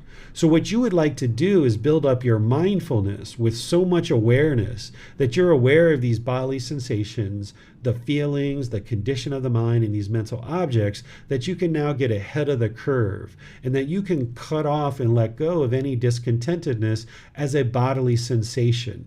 And this saves you all the trouble of having the mind polluted with these feelings of discontentedness, and now having it affect the condition of the mind and feeding this mental object. The way to understand this is that if you were going to take a boat from North America to Europe and you're in the middle of the ocean, you would like to prevent this water from ever coming into the boat. Because once the water gets into the boat, you've got a real problem on your hands. You've got to get rid of this water and you've got to patch up the boat. But if you can prepare the boat so well that it prevents the water from ever coming into the boat, now you've just saved yourself a whole lot of difficulties. So if you can be aware of these bodily sensations that are occurring when somebody says something agreeable and there's these pleasant feelings starting to arise, or they say something disagreeable about the self-image or self-identity and there's these painful feelings arising, if you can see that as a bodily sensation and you can cut it off and let it go there, now you can just go forward in your day and be peaceful and joyful, rather than allowing the anger to come into the mind. For example, this person, whoever is saying things or however you're experiencing things in the world, your mind is not controlled. You're not able to have discipline of the mind because you haven't trained it yet. So if you can be meditating with breathing mindfulness meditation regularly, 2 or 3 times a day for 30 minutes or more, you're going to develop this mindfulness or awareness of mind where you can be aware of these bodily sensations, the feelings, the condition of the mind, and these mental objects. And more, you can cut off and let go of discontentedness as just a bodily sensation because you can see it at that point, and you have such control over the mind that you can cut it off and let it go. But if it does become a feeling, okay, now the mind's angered. Now let's function skillfully. Let's make some wise decisions to cut it off and let it go there so it doesn't affect the condition of the mind more long term. But if you miss it there, still cut it off as the condition of the mind. Here you can redirect the mind. Rather than allowing those feelings to persist in the mind, you might need to get up and go for a bike ride or go for a walk, or maybe you need to do something else, some gardening or something else like this. This can be a way to redirect the mind and not allow it to dwell in those feelings or allow it to dwell with that condition of mind being affected. And then more and more, you just aspire and you aim and you train to be aware of the bodily sensations sooner and sooner and cut it off and let it go there. So developing this mindfulness is being aware of these 4 foundations of mindfulness, of the bodily sensations, the feelings, the condition of the mind, and the mental objects. Right effort is taking the effort that when you observe these unwholesome qualities arising, that you cut it off and you let it go. Because you're not going to be able to just trip into enlightenment. You're going to be needing to be conscious and gain the wisdom of how to consciously make decisions that are wise, that where you observe these bodily sensations, feelings, condition of mind, or the mental objects, that you know how to address it. So while you're cutting off and letting go of the bodily sensations as a bodily sensation, and you're getting better and better at that, this mental object of personal existence view, this fetter, this taint, this pollution, you're working to break that up and get it out of the mind so that you'll no longer experience the arising of discontentedness related to personal existence view. But as long as you allow this process to continue, where you experience something, you have the bodily sensations, it becomes a feeling in the mind, now it affects the condition of the mind, and it's more firmly developing this mental object of personal existence view, now it's going to get deeper and deeper rooted. So by you putting kind of a blockade on this and cutting it off and letting it go as a bodily sensation, or as a feeling, more and more you would like to cut it off as a bodily sensation so that it never penetrates into the mind. All the while you're working with the meditation to realize non-self and some of these other things that I'm sharing to break up this mental object so personal existence view can be completely dissolved and eradicated, destroyed, eliminated, and obliterated out of the mind. And this is how you get a handle on this, applying right effort as you have right mindfulness, that you're aware of this whole process and that you can then skillfully work with it to eliminate personal existence view from the mind. So wherever you observe discontentedness arising associated with the self, that is not truly there, but the mind falsely believes it is, it has this pollution of personal existence view, then you cut it off, you let it go, and you get more and more skillful with this, all the while breaking up this mental object of personal existence view. And as you're doing this throughout your days and your weeks and your months, you might need to seek guidance with a teacher in order to consult and get assistance. This is where you can post in the Facebook group. You can ask questions in these online classes. Wednesdays are a great time to ask all these kind of miscellaneous questions, where typically on Sundays we're covering a certain topic. So that's where we need to stick with those particular questions. But on Wednesdays and other days, you can be asking questions in classes.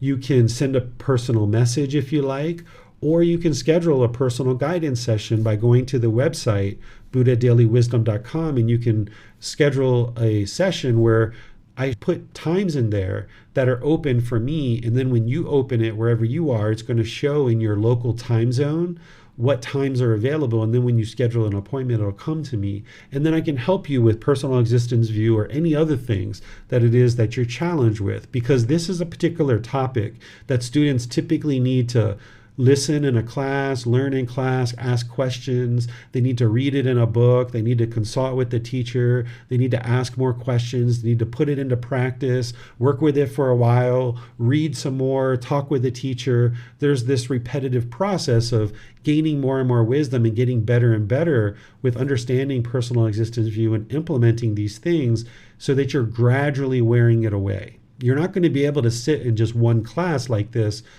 learn what I'm sharing, and then immediately eliminate personal existence view. It's this gradual wearing away over a consistent period of time that you're focusing in on this and then implementing these things. And you're going to need to probably go with this repetitive process of reading, asking questions, attending classes, asking questions, consulting with a teacher, asking questions, putting this into practice all the way through that, and asking more questions. And then you get more and more wisdom around what this is and how to eradicate it through the things that I'm sharing with you here. So I'll open up to any questions that you guys have for the rest of today's class. We can talk about personal existence view, the universal truth of non-self, any of these aspects that I just described of how to actually eliminate it. So you can put that into Facebook, YouTube, or Zoom. Or in Zoom, you can electronically raise your hand and ask any questions or follow-up questions directly. Thank you, sir. Bassam has his hand raised. Well, I'm interested to ask about something. Perhaps it's related to the personal existence view. So here in the Middle East, there is some kind of culture which is really common. So people tend to degrade themselves. So I would say that if you're talking to someone from Sudan and asking him perhaps about people from Libya, he would say, oh, people from Libya are very kind and polite, but people here in Sudan are very impolite. They are not very kind. If you went to someone from Libya asking him about the other countries, he would say the same. Oh, all the other countries are very kind, respectful, and polite, but here people are really impolite. And so the same, if you would talk to, I would say all my experience of asking people this certain question, typically they reply with this way of grading themselves. So is this related to the personal existence view? This is more related to conceit, which is the eighth fetter, where there's this measuring and comparing, there's this judging of others, where we're either putting ourselves above or below others. And this is degrading to the mind because the mind is judging. It's looking at someone and it's judging them as either polite or impolite. And then you're putting yourself either above or below that. And the mind is discontent in that situation. And it's also unwise to speak that way too, having wrong speech, because if somebody in Libya is around and you're talking that way, then they're going to, because of that person's personal existence view, they're going to hear somebody talking and judging somebody in Libya or Sudan or what have you. And now because of their personal existence view, they're going to end up becoming discontent. So it's actually the conceit that is causing somebody to do that But then by eradicating that and using right speech, you won't run into conflicts and problems where people having personal existence view will now have conflicts with you. So I've talked about this with a few students personally, but let me share this now in class. One of the things that the Buddha's teachings are doing for you, in addition to everything else, as you're learning this path, is he's teaching you how to, of course, train your mind, understanding these natural laws of existence, and train to the point where you can experience peace and calm, serenity, contentedness, and joy. One of the reasons why that is occurring, in addition to the training of the mind, is you're not causing any harm through things like your intentions, your speech, and your actions. So by you eliminating these fetters, by you practicing something like right speech, you wouldn't disparage anybody else. You wouldn't talk in diminishing ways about somebody from your own country. Because if you understand the unenlightened mind, that all the unenlightened minds have this personal existence view, if they're not on this path and they're not in the first stage of enlightenment, they're going to have personal existence view. So if we talk with wrong speech and disparage another country, for example, because of that person's personal existence view, you're now speaking in a way that's triggering that craving. They're getting discontent. They don't realize that they're actually getting discontent because of their personal existence view and their craving.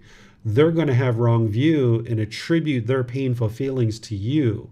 But if you would have just spoke with right speech and not said that to begin with, you would be able to exist in this relationship peacefully. So yes, you need to do all this work to eradicate the pollution of mind and practice this Eightfold Path so that you're practicing good moral conduct. But part of what that's doing for you is to help you be around people who are unenlightened, who do have personal existence view, and they're going to get discontent when you disparage another country or you disparage the country that they're from, and now they're going to falsely attribute that to you. Whereas if you didn't understand personal existence view and you didn't understand wrong speech, for example, and you went to a stadium, I'll use your FIFA World Cup example, Bassam. If you went to a stadium and you start disparaging Brazil and you're from Chile, for example, and now you start disparaging people from Brazil, now you're going to get attacked and beat up. And not that you deserve that, but that was the result of your decisions of using wrong speech. Now other people's personal existence view flared up, and now they're practicing wrong action. And now you found yourself getting beat up or maybe even killed because of your lack of wisdom around these natural laws of existence in the Eightfold Path. So I answered your question already, Bassam, but I just would like to go further with it so that you can see that the Buddha is guiding you of how to live harmoniously with other people. That if you understand right speech and you practice right speech, you'll be good to go in all situations. But in situations where you're not practicing right speech and you might be disparaging somebody related to personal existence view, that's going to flare up anger in their mind. And now you've got a big problem to deal with because of your choice to practice wrong speech. Yes, that helps. Thanks, teacher. You're welcome.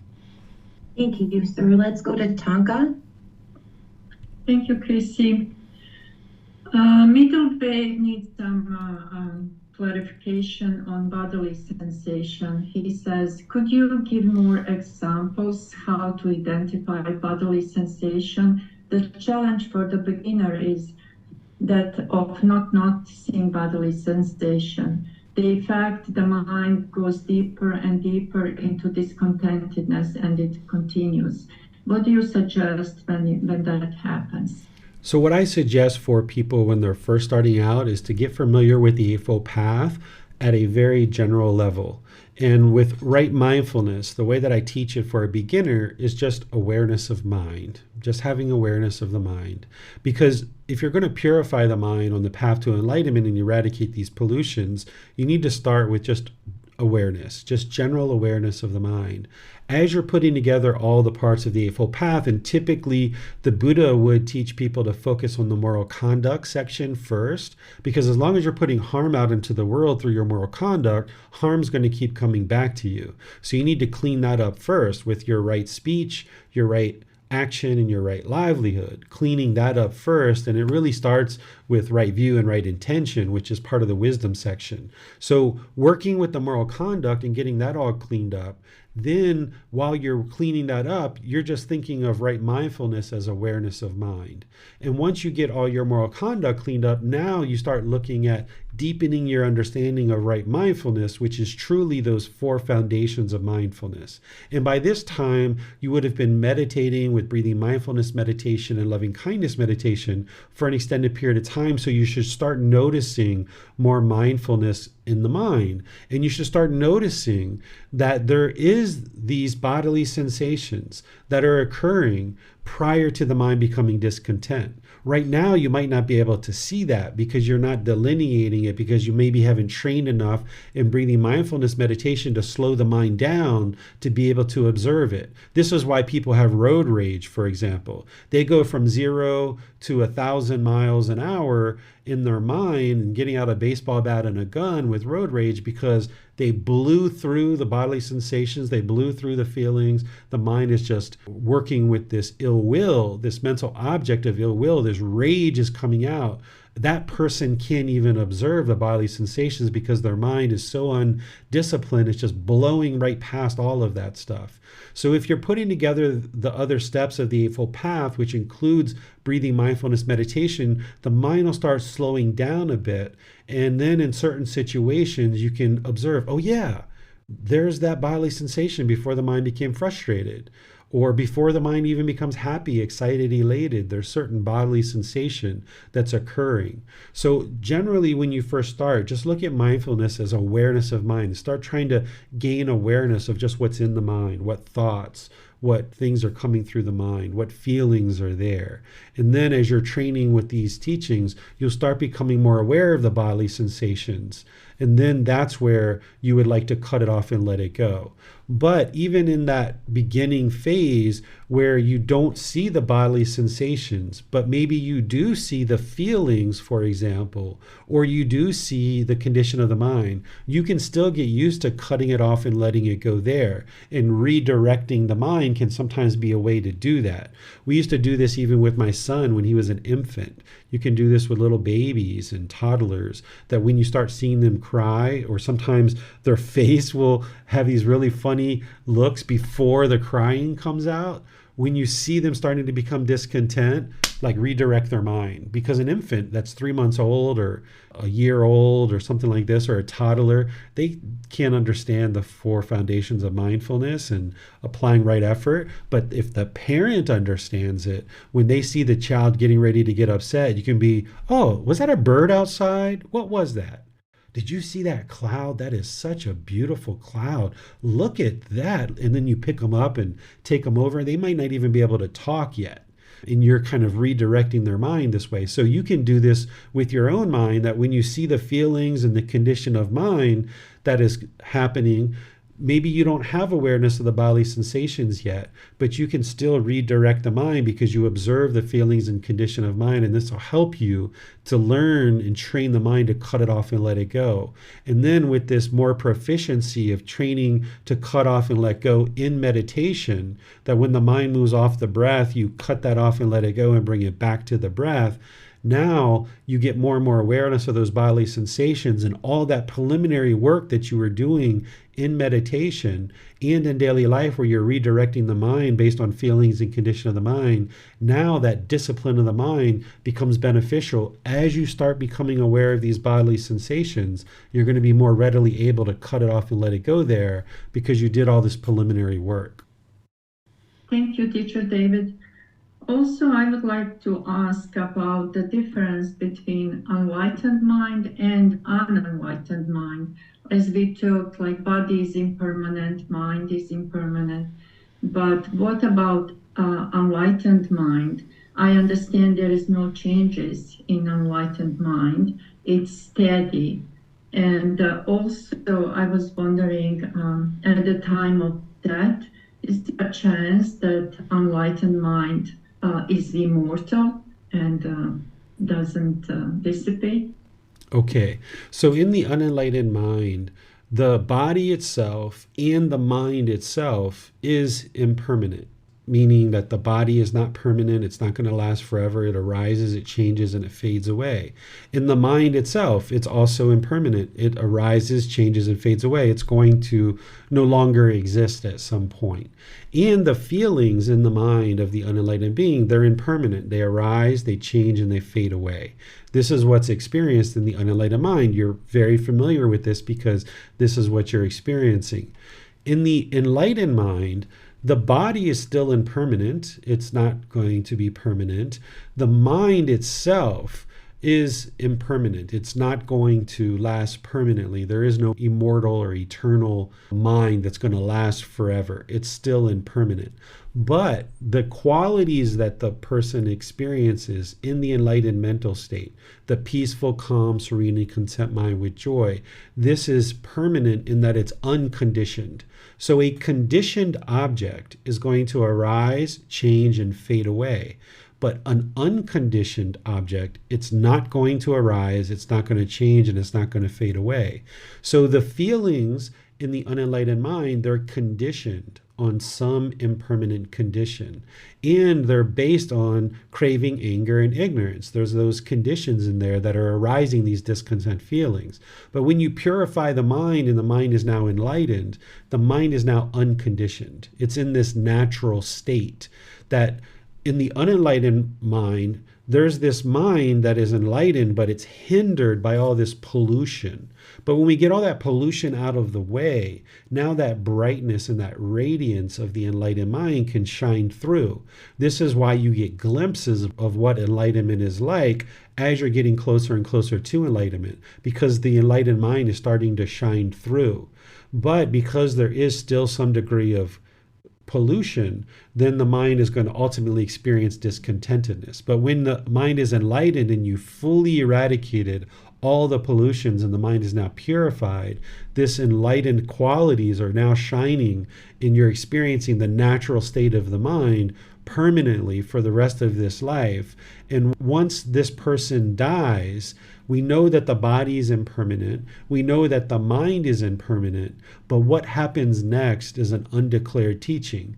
The Buddha never declared what would happen next once a person attains enlightenment and dies. So by that point, though, the enlightened being is experiencing such peacefulness, such joy in the mind, you're not going to care what's next, if there's anything next at all.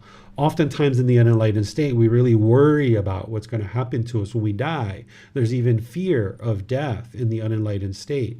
But by the time you're enlightened and the mind is enlightened, there's no fear of death. The mind is eliminated all craving, desire, attachment. The mind's fully purified. It's peaceful, calm, serene, and content with joy, that you don't have a care in the world about what may or may not happen next. You're no longer fearing death. If there is something next, okay, there's something next. If there's not something next, okay, that's fine too. But if there is something next, it's either going to be as good as what you're experiencing in the enlightened state or better. And if there isn't anything next, which the Buddha left this undeclared, he didn't declare whether there is or isn't something, then if there isn't something next, then okay, so be it. You got to enjoy the rest of this life in the enlightened mental state, experiencing that peacefulness and joy. And the Buddha describes this enlightened mental state beyond pleasure and pain. And I can agree with that description, that the enlightened mental state is beyond pleasure and pain. You're no longer experiencing the up of pleasure and the down of pain, that the mind is now beyond that and no longer experiencing the up and down, but it's just always peaceful and always joyful. Thank you, Teacher David. I'm also wondering, the goal is not to be born again, to exit the cycle of rebirth, right? And if we don't know what happens, how do we even know that that's our goal? I would say that the goal is to eliminate the pollutions of mind in order to eliminate discontentedness and get to enlightenment. And as a result of that, you are escaping the cycle of rebirth.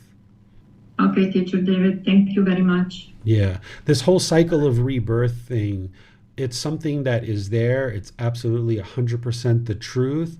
as somebody attains enlightenment, they will no longer experience rebirth.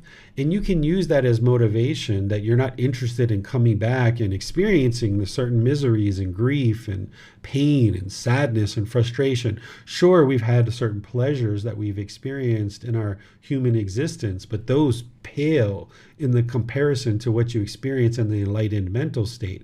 Letting go of this temporary happiness and excitement that's ultimately displeasing and unsatisfactory pales in the comparison to what you experience in this joy in the enlightened mental state. So no matter what pleasures or excitements you've ever experienced in the unenlightened state, that's minimal compared to what you'll experience when you learn to let go of that and experience this permanent joy. And now, as a result of that, if you're escaping the cycle of rebirth, having attained enlightenment, you are escaping the cycle of rebirth.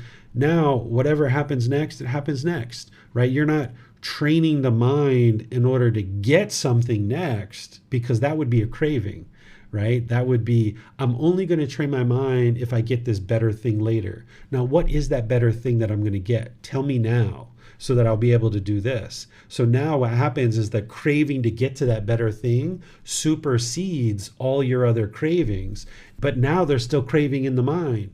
So the Buddha wisely decided not to declare what comes next, because you need to get to the point where the mind lets go and isn't even interested in knowing what's next, or if there is something next, because otherwise there's just going to be a craving for that thing.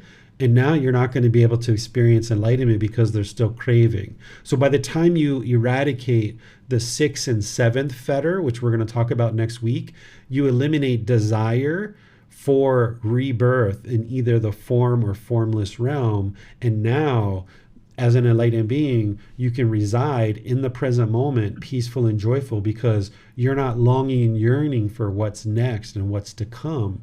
Whereas if you're continuing to long and yearn for what's next, you can't reside peaceful and joyful in the present moment. Also, teacher David Pepperco made a comment to transcend the karma world, ? If you want to comment on that. To transcend what? Karma world. The Gama world. Well, as long as you're in existence, there's going to be Gama. You can extinguish the unwholesome Gama, right? So what Gama is cause and effect, or action and results, the results of your decisions. That's all that Gama is. Oftentimes people think of Gama as this mystical, magical thing, as these punishment and rewards, as this dark cloud that's following you around. That's actually not what Gama is. And I'm not saying that you think that way, but that's sometimes the way that people think about the Gama, or the natural law of Gama. But in reality, it's not this punishment and rewards. It's not this mystical, magical thing. It's not this dark cloud. All it is the results of your decisions, the cause and effect. And the more that you train in the Buddhist teachings, you can see this cause and effect very clearly. And because the mind in the unenlightened state is unwise of this natural law, it lacks wisdom, it's going to continue to do unwise things. It's going to make unwise decisions.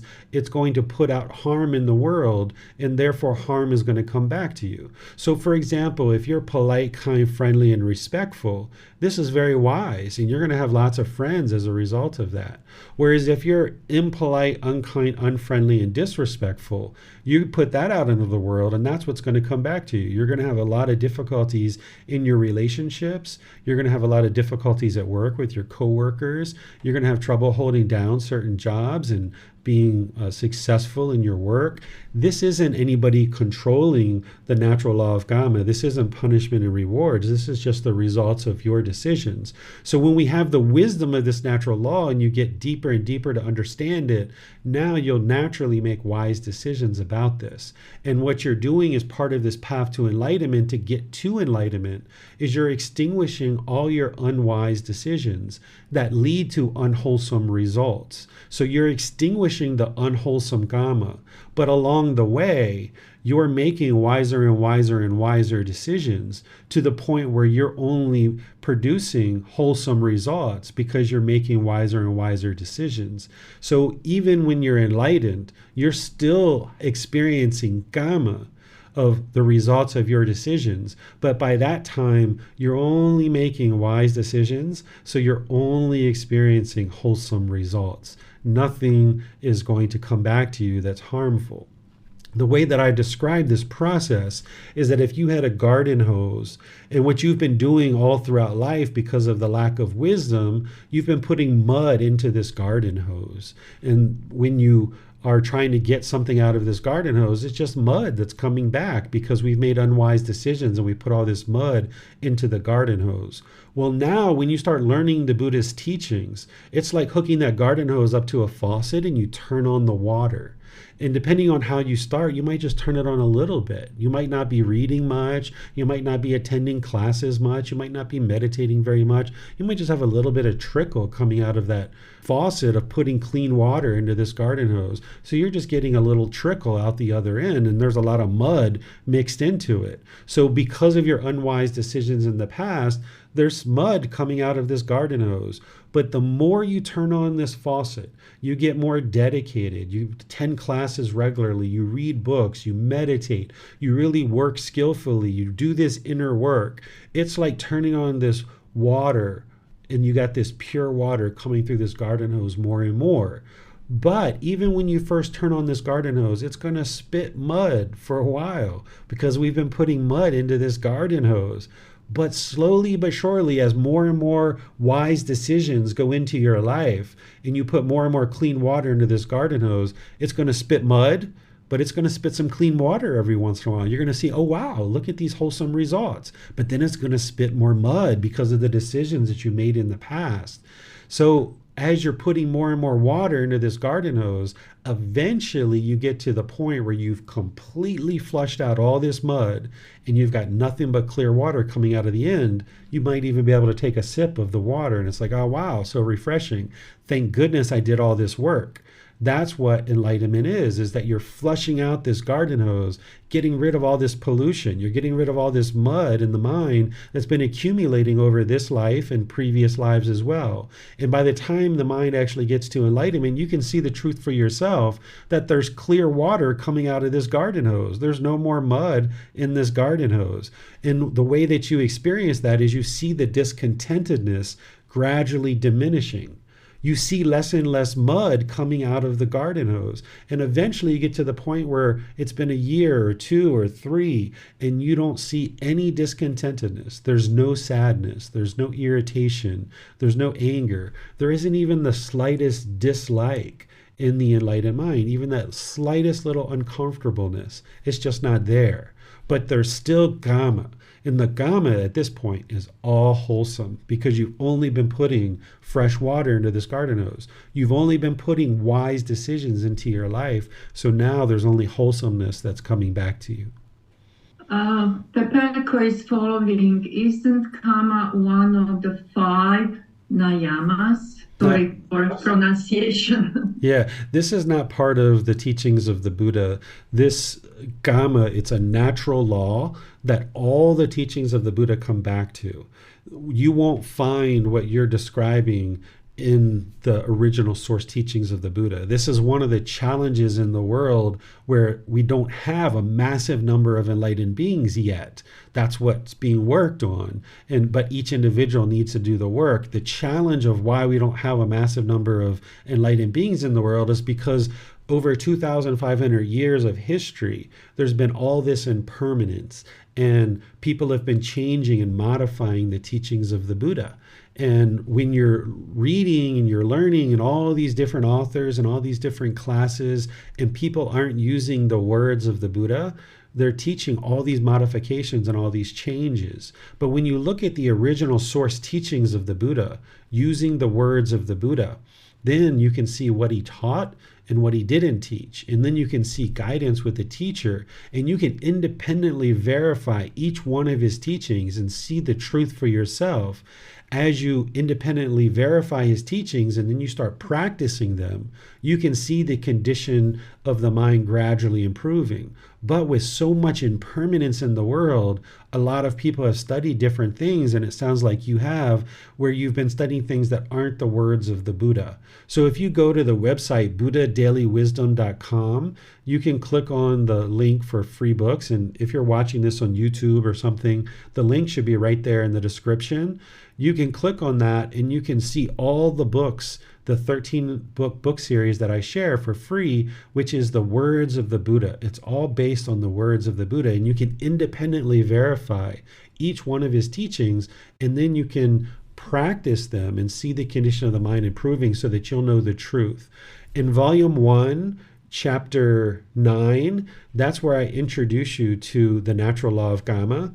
And then in volume 6 of the book series, that entire book is devoted to the natural law of karma, and you can read and understand what the natural law of karma is.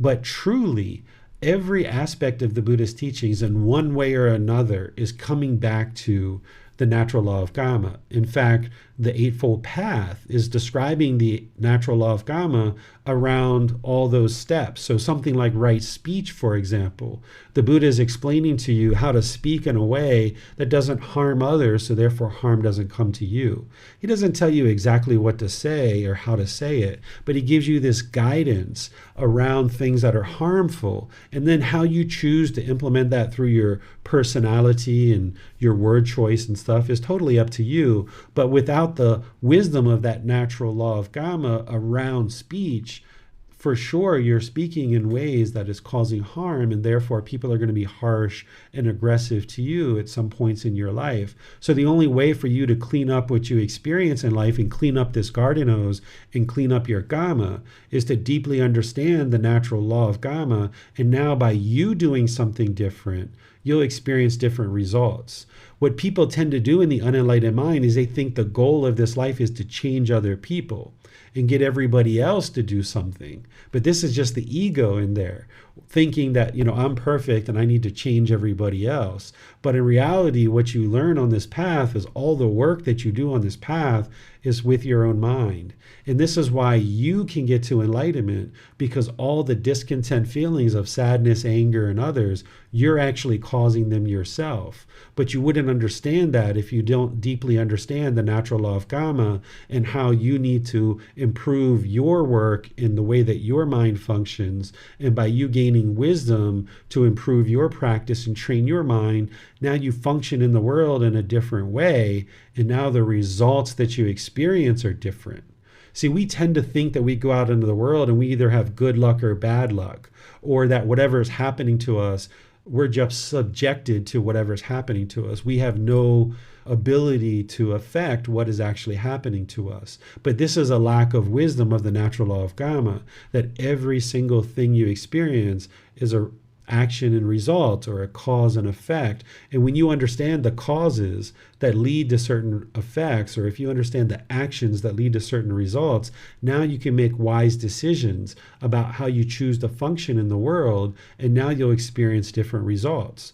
But remember, you still got mud in the garden hose. So even if you decide to clean up your practice today, and even if you were able to snap your fingers and instantly clean up everything in one day, which you wouldn't be able to do, but even if you did, you would still have to deal with those unwholesome results of the unwise decisions in the past. So you need to do this consistent long-term period of dedication and diligence to train the mind to, yes, understand this natural law of karma, but doing it with the words of the Buddha. If you're not studying the words of the Buddha, you're not going to understand what he taught and what he didn't teach to then be able to independently verify it and practice it.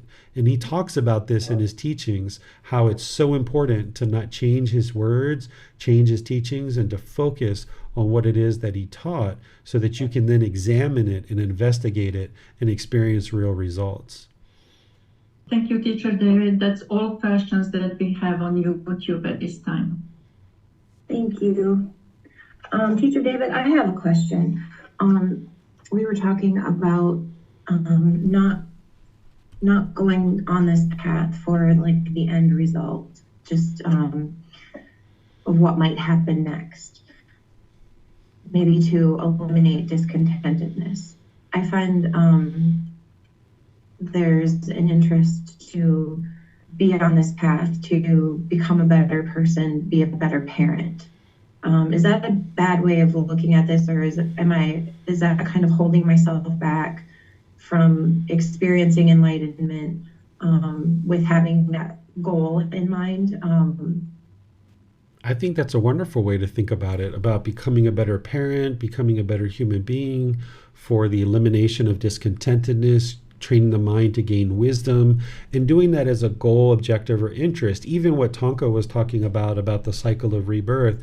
If your goal, objective, or interest is to eliminate the cycle of rebirth, and you're doing that as a goal, objective, or interest, that's fine. Or if you're doing it as a goal, objective, or interest to eliminate discontentedness, that's fine. Or you're doing it as a goal, objective, or interest to be a better parent, a better person, a better human being, that's fine. What I was referring to is if there's an understanding of what does come next, and say there's something wonderful and glorious that comes after enlightenment. If the Buddha knew that that exists and he actually shared it, then people's minds would just crave that. And then they would never actually be able to experience enlightenment. So he didn't say if there is or isn't something next, and I don't know whether he knew whether there is or isn't something next, but he didn't declare it. And I think that was very wise of him, because there's enough craving, desire, attachments to get rid of in the mind, that if he added one more where he told people about this wonderful, glorious thing, I don't know that there is that, but if he did explain that, like, gosh, that would just be one more thing for the unenlightened mind to eliminate. So as a very wise Buddha, he didn't declare it. So if you have that goal, Chrissy, that's completely fine. Have it as a goal, objective, or interest, where you're not indifferent and you're not complacent and just, allowing whatever happens and you don't care what happens in your life regarding parenting. But also, if you crave to be this wonderful, perfect parent and you would like to snap your fingers and be that person today, then your mind's going to be discontent in that situation too. So having it as a goal, objective, or interest where you realize you're a work in progress and you're going to need to do this inner work, and things are going to sometimes feel really miserable, but then there's going to be some peacefulness on the other side of that. And it's just a matter of getting wisdom and making some wise decisions based on the new wisdom that you're bringing into your life, and that you're going to gradually work towards this goal. That's what you would like to do, is keep that in mind. Okay, thank you, sir. And then I also have another question. As we were speaking of stacking clothes, this is something that I've been practicing for a few months, and I've noticed there's a tendency to go down a few, but more for comfort, not appearance. And so would this be personal existence view, or would it be like a craving for comfort? If you're sure that it's because of comfort, right? Like, because I know your job, like you clean houses, and if you're wearing a business suit to go clean houses, this isn't going to work out, right? You need to have, maybe some sweatpants or some shorts or something like this. And if you know with 100% certainty that's what you're doing, then okay, do that out of functionality. But what you might choose to do, depending on your life, is you might have, okay, this is my work in active clothes, and I'm going to have that stack. And then over here, this is kind of like go to meet teachers at my kids' school stack, right? And then you might just pull from either stack depending on what activity. For me, I just wear the same clothes all the time everywhere I go. They're like pajamas. They're always comfortable, this kind of thing. Even when I go to my son's school, I wear the same clothes. But in your life, depending on your way your life is, you might need to modify this a bit and have two different sets of clothes, work, active, exercise kind of stuff, versus kind of like go do other kind of more important things. And from there, you should be able to pull off the top. And then you'll know that the mind is surely not trying to project any certain personal existence view. That's a great idea, sir. Thank you. And then there isn't a question. It's a statement on the Zoom. I'm wondering if you'd like me to read that. Seems very kind. Okay, sure. If you'd like to read it, go ahead. Okay. Rhonda wrote, I don't have a question, but I wanted to express my appreciation for these teachings. I have been seeking exactly what you are offering through your books, podcasts, etc., and how wonderful you are coming of Chiang Mai. I was there in 2016 and studied Thai healing. I wished I would have known you were there. I have to scroll down, I'm sorry. I left reluctantly. I am so drawn to Buddhism, but am what I consider a beginner. I will be following you and reaching out for private lessons, and perhaps if I am fortunate, I will be able to attend a retreat. I'm signed up for your January series. Wonderful, Rhonda. Nice to meet you for the first time, even here in Zoom and through your question. So yeah, we're starting in January 8th for 7 months. And then we also have another program that's a year and a half outside of that. I have classes, courses, retreats here in Chiang Mai and other parts of the world. I think you might be in the USA based on your name. And there's some retreats coming up in the USA, in Massachusetts and Georgia. And then also, it's interesting that you're into the Thai healing arts, because I was once into that as well. So very nice to meet you, and pleased that you're here. You'll get a chance to meet some other people too that's part of our community. Sometimes in Zoom, the students like to come in around 8:30, 8:45 Thai time, and then whatever time that is in your time zone. And then you get to meet some other people as well. We have a lot of people from all over the world, and very lovely group of people that you'll get a chance to participate and be part of. So very nice that you're here. Thank you, Teacher David. She asked that she's from North Texas. So, okay. Yeah, I know where that is. And it appears Tonka has her hand raised. Teacher David, I don't know if we have time for this, but Pepako has a follow-up question. What if I cannot attain enlightenment in my current life? If you can't attain enlightenment in this life, any work that you've done in this life will benefit you in a future life. So if you did nothing at all in this life, there's absolutely going to potentially be this rebirth, and you don't know necessarily what realm that's going to be in. There's the 5 realms of hell, animal, afflicted spirits, human, and heavenly realm. And in those lower realms of hell, animal, and afflicted spirits, they're not permanent realms. You will ultimately get out of those realms, but in those lower realms of hell and animal, it's like being trapped in a prison, and there's multiple countless rebirths. And now that you're in this human realm, this is the absolute best time for you to be able to get to enlightenment. And in the heavenly realm, those beings can get to enlightenment as well, but they oftentimes lack motivation and initiative because they're only experiencing pleasant feelings.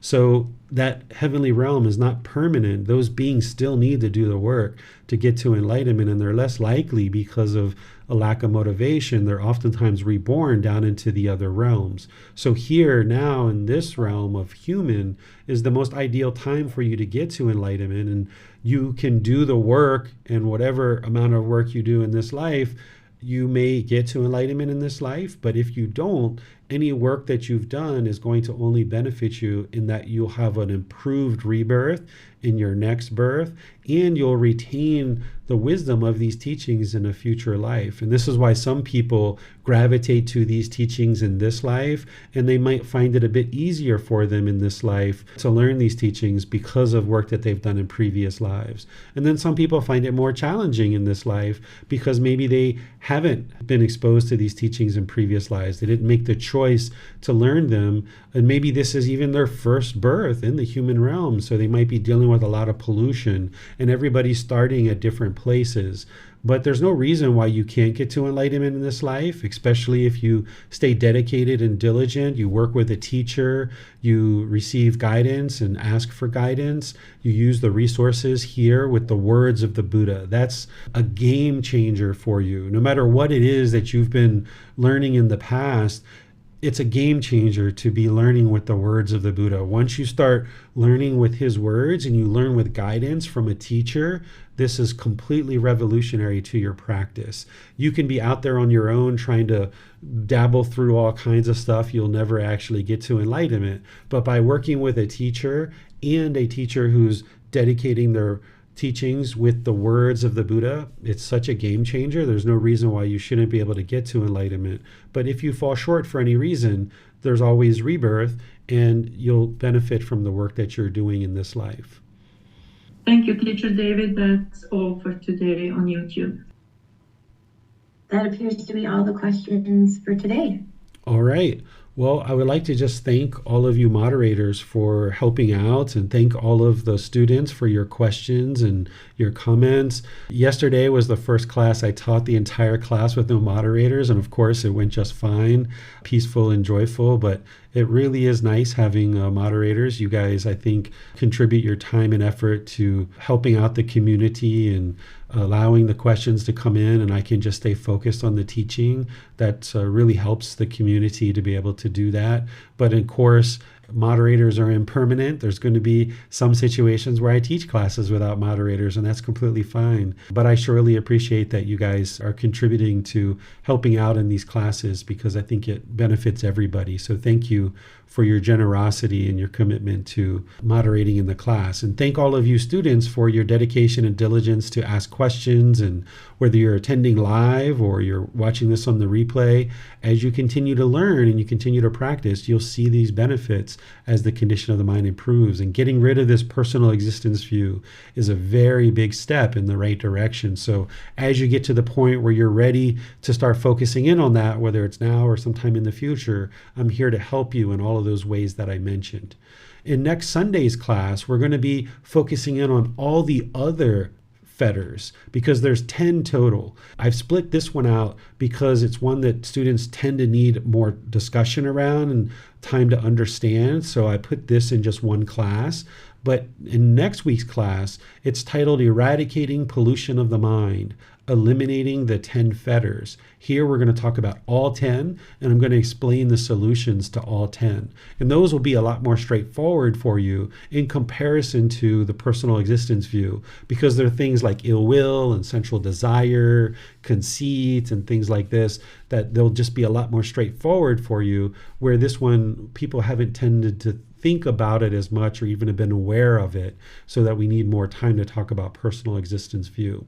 So that's what we'll do next Sunday, is focus in on eliminating the 10 fetters, describing what the problems are with them, and then the solutions of how to eliminate each individual one. And then on Wednesday, we're going to be coming together with breathing mindfulness meditation. If you'd like to join that, or you're able to join that either live or on the replay, you're welcome to do that, where we come together to encourage, support, and motivate each other in our meditation practice. And then on Saturday, we do our Pali Canon and English study group, where we're in the very last book of the book series, which is volume 13, and we're focusing in on chapters 41 through chapters 50. So any of you guys that are joining that program, you are welcome to download those books, read chapters 41 through 50 of volume 13, and then attend the class. Or if you'd like to just attend the class, we actually read the chapters in the class, at least the words of the Buddha part, and then I share teachings around it. But the book will have a lot more information and give you more time to digest it as you go through that program.